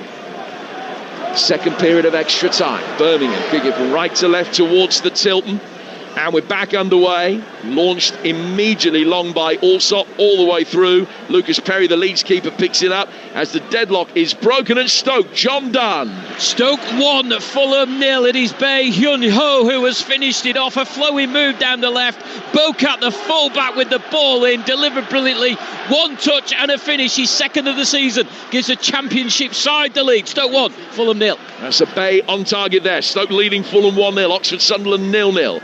Grimsby Wolves goalless over on Talksport 2. This is 1-1 in extra time with 106 on the clock, and Brendan Aronson in possession until he just runs out of room in a tight corridor on the left-hand touchline. Birmingham City throw. We start to get into the realms of fear for players. Is you've come this far, we don't want to make a mistake. It's what extra time becomes. That you're tired, you group together defensively. It's a struggle to be brave to go and throw players forwards because you just don't want to make the mistake. So what's difficult is who can be really brave and see if they can get the winner in extra time. Birmingham knocked out at this stage in each of the last 3 seasons. 2 of those defeats here to Blackburn and Newcastle. They're on the front foot here, but Osman couldn't get to a cross. Stansfield, the second phase of play, douches ball in. Biol can clear that, and it's played forward well by Aronson. Peru, Calvert-Lewin, Neumann trying to make it difficult for him to time his run. Leeds forced to go back, quickly work it forward. Vogel's lost it, looking for James Justin, who's tiring, and here comes Osman running at the fresher Leeds defender Joe Rodon, who can force him wide. And then Leeds doubling up for being able to dispossess Osman, and Rodon works it down the line, past the line, and straight into the Birmingham City dugout. Yeah, just that freshness though, wasn't it, defensively for Leeds? Rodon coming across to stop Osman down the left-hand side. Goal in the Premiership at Rugby Park. Celtic trail at Kilmarnock by 1-0. Kilmarnock 1, Celtic 0, and if Celtic were to lose that, they'd be 6 points adrift of Hearts at the top. Hearts in action later as they go to Rangers, as you would say. Here comes Neumann out for Roberts. Roberts on the right-hand side of the Leeds penalty area, unable to get across in, and Calvert-Lewin knocks it away. Now to be played forward again by Leeds, and they look to break, and it's Peru that is making a run down the inside left channel, followed every step of the way by Clara. But he turns it forward, and Aronson, although he did really well to chase after that and keep it in, looks round and sees the offside flag is up against them. And Birmingham have a free kick of their own. 12 minutes to go before penalties. Yeah, struggling, aren't they, Leeds, to really mount a meaningful attack. If anything, it's Birmingham that look more likely to create a chance. Barrow's been really poor since he's come on as well. He's looked a little bit laboured, rather than giving energy like Aronson has done. Well, he's short of minutes, Joel Peru, really. Started the first 2 Premier League games of the season, but none since. He's come off the bench 9 times, but by the second week of February to only have played 13 games over the season as a whole, and most of those as cameos. It just looks a little bit out of nick. Ball is cleared by Leeds United's James Justin, and then poked back towards the edge of his own penalty area by Wagner. Calvert-Lewin's eyes lit up for a moment, but Doyle had covered his run. Birmingham get it upfield. Osman into Justin and out of play for a throw, and Wagner will come forward to take it. Wagner balancing the yellow ball on the palm of his right hand. Brings his left hand to it as well, and immediately takes the throw and finds Doyle. Doyle for Phil Neumann. The German playing it out to the right-hand side for Fujimoto. Pat Roberts supplying the width on the Birmingham City right. Roberts turning one way and then the other, dragging it back in field. He was a shoulder charge by Longstaff. He survived that. Then a 50-50 in the midfield. Clara then, having won that, throws himself at it with a diving header. But the referee has given a yellow card the way of the big Birmingham City number 4 for a handball. Yeah, he just went diving in. I mean, it's a brilliant challenge. You could hear the noise as Clara Nampadu both went to smash the ball, spinning up in the air, and then as the ball was looking to be played down the line, Clara just stuck out his hand. Yeah, threw himself Superman style at it. And instead of getting a diving header to it, he just got his left hand to flick it around the post. Osman. Justin playing it back to his goalkeeper, beating Osman. And then Lucas Perry gets it upfield. Calvert-Lewin's going to chase that. It's a slightly awkward bounce. Clara gambled that his goalkeeper was going to get there in time, and he did. Ryan Allsop racing to the edge of his penalty area. Now he bowls it out for Neumann, and there are 9.5 minutes to go. And Blues have got a player down for a moment. It's Solis. And the ball will be chipped out of play by Allsop so that he can receive whatever treatment is necessary. And so maybe we will see one of the two rookies on the Birmingham bench. They might have to come on here for Jean Solis. Yeah, it's just something you hope as a manager, that extra time doesn't bring around an injury to one of your key players. Solis has been terrific today so far. He said he's all right. He wants to carry on. Well, he's already a firm favourite here. His name just being sung there by the Blues faithful. And he gave the signal that just a little 20 seconds of rest would do. He didn't need any treatment, because obviously that's then a mandatory 30 seconds off the field. Didn't want to take that risk. I mean, he's clearly not 100% right, but he's going to be able to labour on and lead sportingly.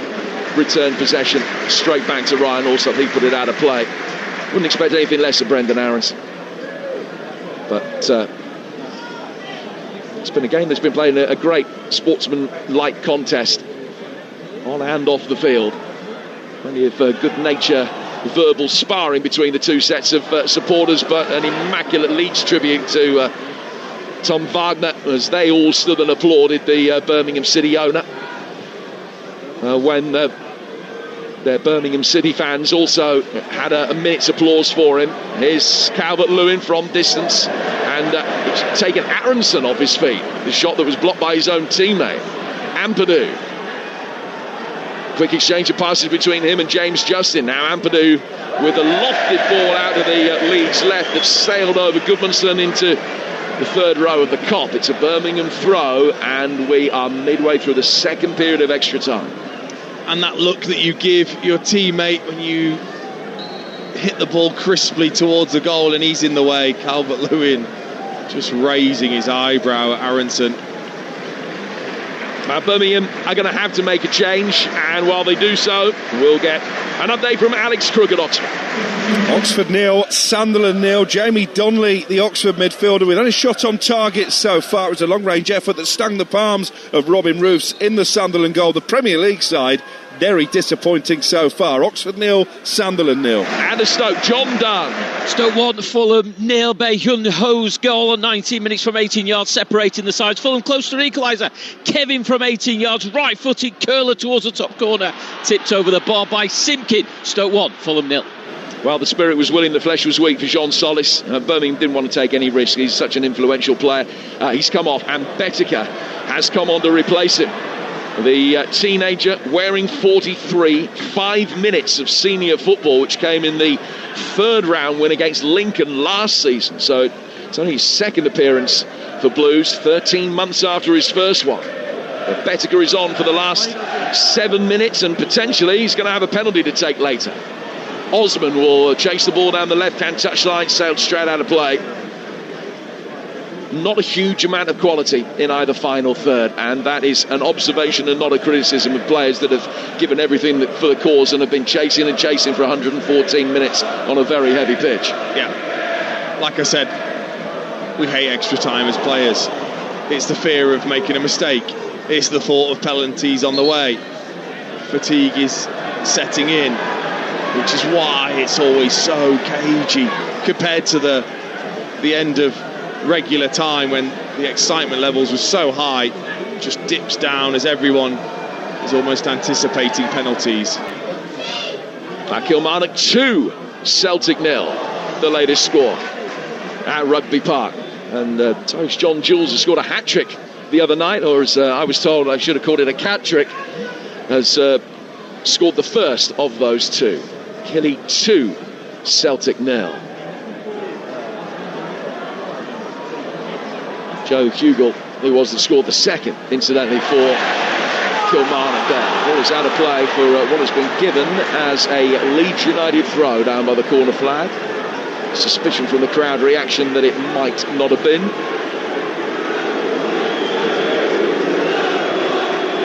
Throw that James Justin will take for Leeds United, but he's right by his own corner flag as he stands with ball in hand. 5 minutes to go. Birmingham 1, Leeds United 1. Metcher on 49 for Leeds, Roberts on 89 for Birmingham, who then hit the post on 90 plus 6 through Osman, who in extra time has been largely chanceless. No surprise. Roberts turning back through the midfield, fouled, free kick to Birmingham.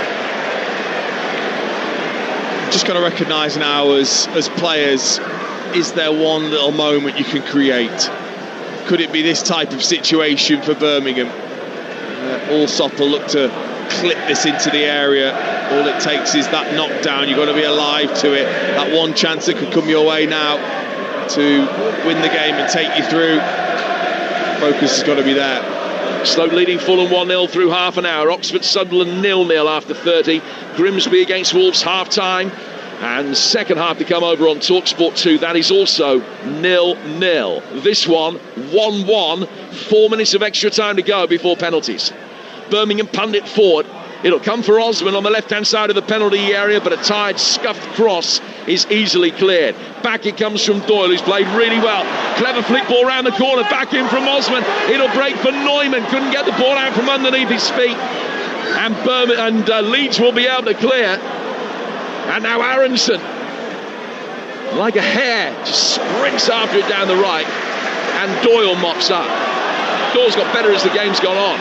Aronson winning it back though. Aronson towards the edge of the penalty area. Benica put him under pressure. Fujimoto brings it away. He's then lost it. Peru with a right-footed shot, and it's Doyle again who's in the line of fire and blocks it and puts it out of play for a corner. Tommy Doyle has been excellent. That was outstanding from Tommy Doyle. That sprint all the way back, the composure to then play it out. His teammate lost the ball. He then gets back into a defensive position, finds its way to Justin to strike, and then there he is once again, diving, cramping to keep the ball out of his net. You're listening to FA Cup Game Day on Talksport with McDonald's. Order delivery on the McDonald's app from 11 a.m, 18 plus.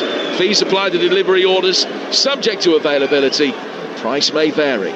Corner to Leeds, 118 played. Longstaff firing it in. It came a long way through the 6-yard box. Goodmanson will take it up for Leeds. Runs it down towards the dead ball line. Checks and tries to play it back and gives it away. Stansfield will clear.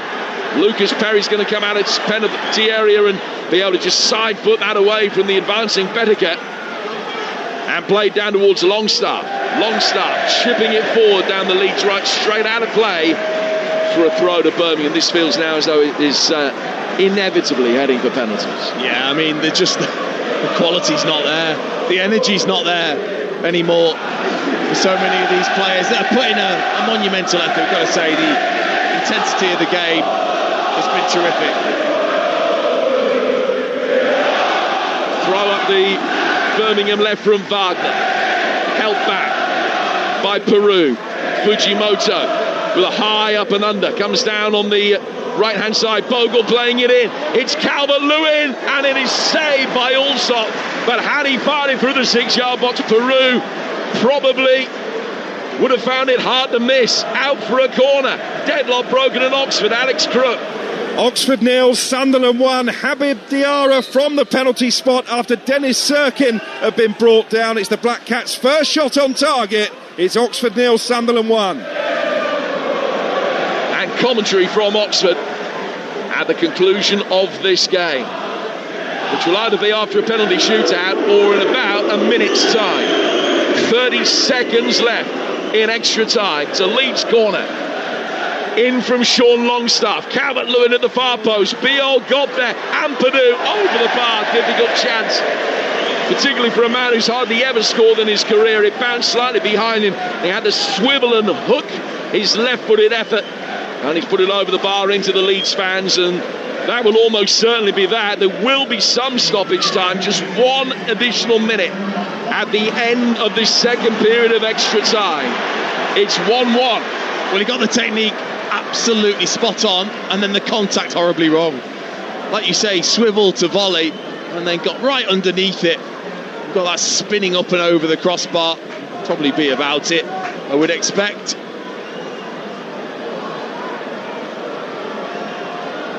Allsop running seconds off the clock, now runs up, addresses the ball, hits it right-footed into the Leeds half. Headed back by Justin, on from Peru, away by Clara, back in from Aronson. Calvert-Lewin chasing after it very willingly, but Neumann's there first for Birmingham. He clears towards halfway. Dush beaten to it by Roden. Off the top of Doyle's head. It's going to fall Jayden Bogle's way to Aronson inside the penalty area. He's forced away. He's gone down under a challenge from Roberts. Hook back in. And Neumann puts it away. And it'll bounce out of play for a corner. And there's no time to take that one either. And it is finished 1-1 after 120 minutes. The players dead on their feet. They've given everything for the cause. A great FA Cup tie, and still we're no closer to knowing who's going to be in round 5. Birmingham 1, Leeds 1 after extra time. Just a great tie. They gave it everything. The fans don't want it to end. Listen to the noise inside St Andrews. After 2 hours, though, I think the players definitely do. Will we get a shootout to remember here? We'll find out in just a moment, but let's catch up with what's going on in the other games. We heard Sunderland had taken the lead. What response from Oxford? Alex Crook. Well, it's still Oxford 0, Sunderland 1. Habib Diarra tucking away the penalty after a clumsy challenge by Christ Makoso. Brought down Dennis Sirkin. That was Sunderland's first meaningful attempt of the game. And Andy Townsend alongside me. You've been a bit frustrated that Oxford haven't committed more bodies forward up in support of Will Lancashire up front. I think, look, he looks a real willing operator up front, Lancashire. He's a big, powerful lad, and he's certainly up against 2 giant centre-halves. He needs support in his bodies around him. He needs someone to get onto that second ball and then get it wide and just start of engaging the Oxford crowd a little bit. But of course the penalty giving Sunderland a bit of breathing space. Yeah, Sunderland looking to book their place in round 5 for the first time since 2015. They lead here by a goal to 0. Stoke had taken the lead against Fulham. Have the Premier League side taken control of the game? John Dunn. 9 minutes before the break here, Stoke 1, Fulham 0. That Stoke goal, they hadn't scored in their last 3 games. It was Bae Jun-ho who scored it from 18 yards. Looked as though it had got away from him, but from the Bocat cross, he was able to steer it into the back of the net. Fulham have responded well. Kevin, with a curler from the edge of the box, was tipped over the bar by young Stoke goalkeeper Tommy Simkin. And a moment ago, a glorious opportunity from a Kevin cross. Alex Iwobi, 8 yards out, unmarked, goal gaping, somehow put it wide. It's Stoke 1, Fulham 0. In the Scottish Premiership, as Celtic seeing their title hopes disappear. They're 2-0 down against Kilmarnock after 38 minutes. It's goalless between Motherwell and Aberdeen with 9 on the clock. Rangers face Hearts. Huge game between the top 2 at 4:30pm. The 2 sets of players now huddle around their coaches here. It finished Birmingham City 1, Leeds United 1 after extra time. Chris Davis right in the middle of his players as they find out what order they will go in. Christophe Clara, Ethan Ampadu, speak to Paul Tierney, the referee. They're going to choose their ends. Away to our right-hand side, a huge Leeds United contingent. We know which end Birmingham City will want to go to. We'll find out very shortly which end it is at. Daniel at Farker doesn't give his players really any instruction. He gives Sean Longstaff a pat on the backside and says, go on, get me a penalty. But no words from him, not like the start of extra time where he was full of instructions. And it looks like the penalties will be taken in front of those Leeds fans. Dean Ashton, what difference will that make? Oh, it does. It does make a difference because you can see all of that as you stand back and take in what you're about to do. You can see what's behind the goal. You've got to try and focus, but we're all thinking it. We want penalties. You've gone through extra time. Nothing's happened. We want penalties. It's my favourite thing in football. It's the ultimate test. You against somebody 6'6", dressed in an outlandish coloured kit, trying to put you off, and the fans behind, and a 40-yard walk. It's just the ultimate test. I love it. I hope they all score. Well, Jay Stansfield's been cramping up for the last 20 or so minutes. He's made that walk very early and stands just in front of the penalty spot, about to place the ball. We've got a penalty shootout at St Andrews, live here on Talksport in the company of FA Cup finalist Dean Ashton and Talksport's Jim Proudfoot. Stansfield going first, the only player ever to have taken one in a shootout for Birmingham before, that's playing today, and he's put that one into the bottom left-hand corner as Blues strike first. They've lost their last two shootouts, including one against Walsall in the EFL Trophy last season. Their last FA Cup shootout, a win over Coventry here some 6 years ago. Leeds have also lost their last two shootouts, including one against Sheffield Wednesday in the League Cup earlier this season, where none of their penalties went in. First one that day was taken by Joel Peru, and it was saved, and he stands forward and will take the first in the shootout this time as well.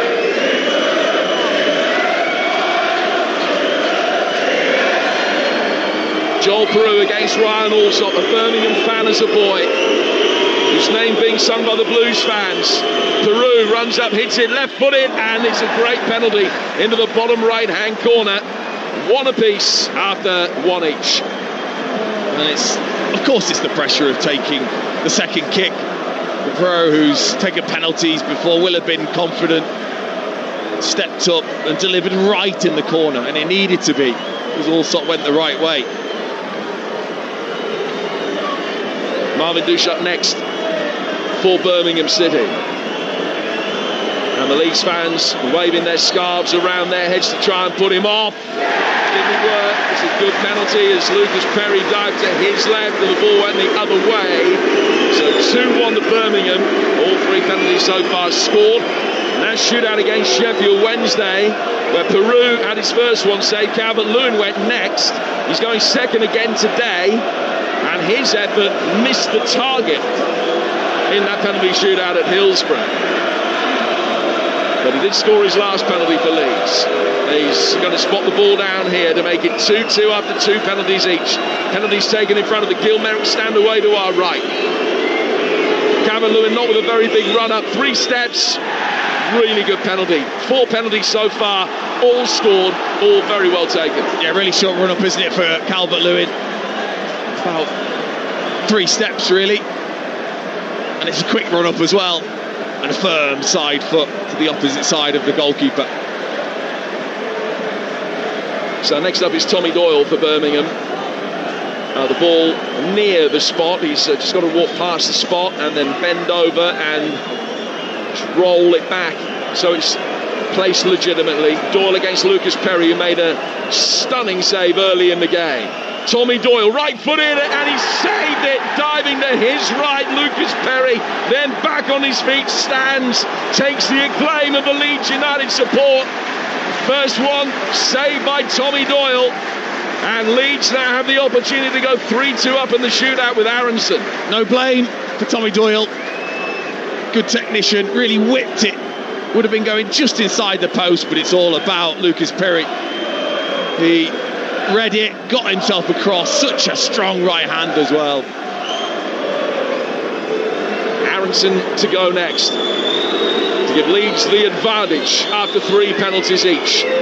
Draws breath, hits it right footed, and also committed himself, so Aronson could just roll it calmly into the bottom left hand corner. Advantage Leeds United.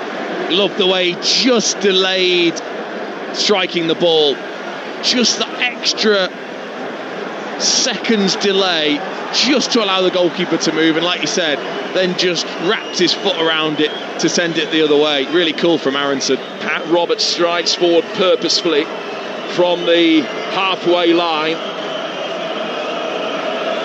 puts his right foot under the ball just by the penalty spot. He's going to hit it left-footed.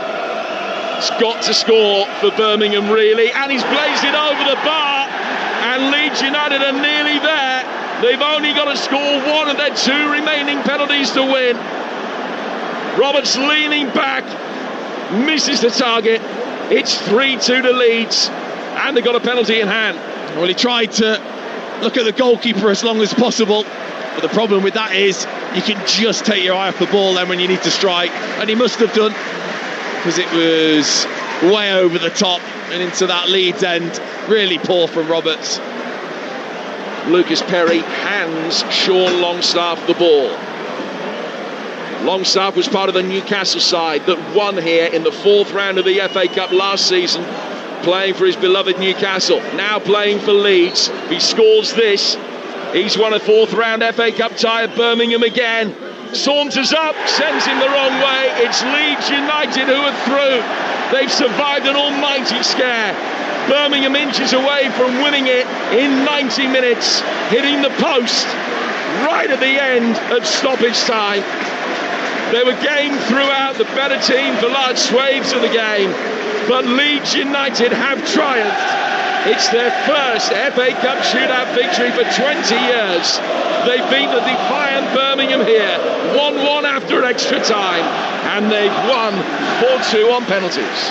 Their travelling support absolutely jubilant. Their players bouncing up and down. Leeds battling into round 5 of the FA Cup for just the 3rd time this decade. They haven't made it beyond round 5 since 2003. A team full of top players, the likes of Viduka, Kewell, Keane and Woodgate, and they will hope maybe that they can make it even further than the quarterfinals this time around. Sad Dean Ashton for Birmingham City. They gave it everything. In fact, whoever lost the game, I think it would have felt quite cruel.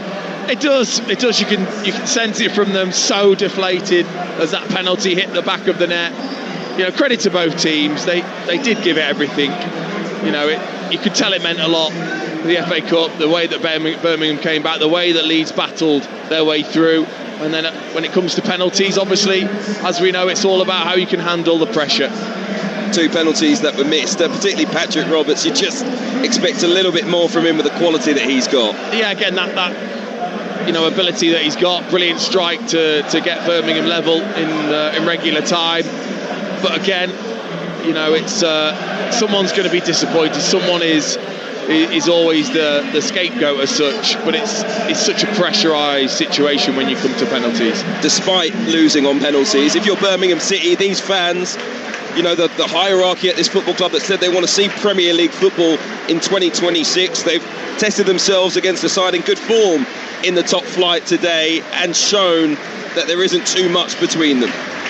No, and they've had to bring on their best players, you know, the players that have been part of that great run to try and get them through Leeds, and they still weren't able to. So massive positives from Birmingham's perspective. First half, I thought they were absolutely brilliant. Yeah, real sadness, but all of these Birmingham City fans are applauding their players. They know just what effort they put in this afternoon to take Leeds United all the way to a penalty shootout, and away to our right hand side you hear the chorus of marching on together from the Leeds United fans. Finished 1-1 after normal time, after extra time, and it's Leeds United who win it 4-2 on penalties, thanks to Sean Longstaff's winner after misses from Patrick Roberts and Tommy Doyle before him.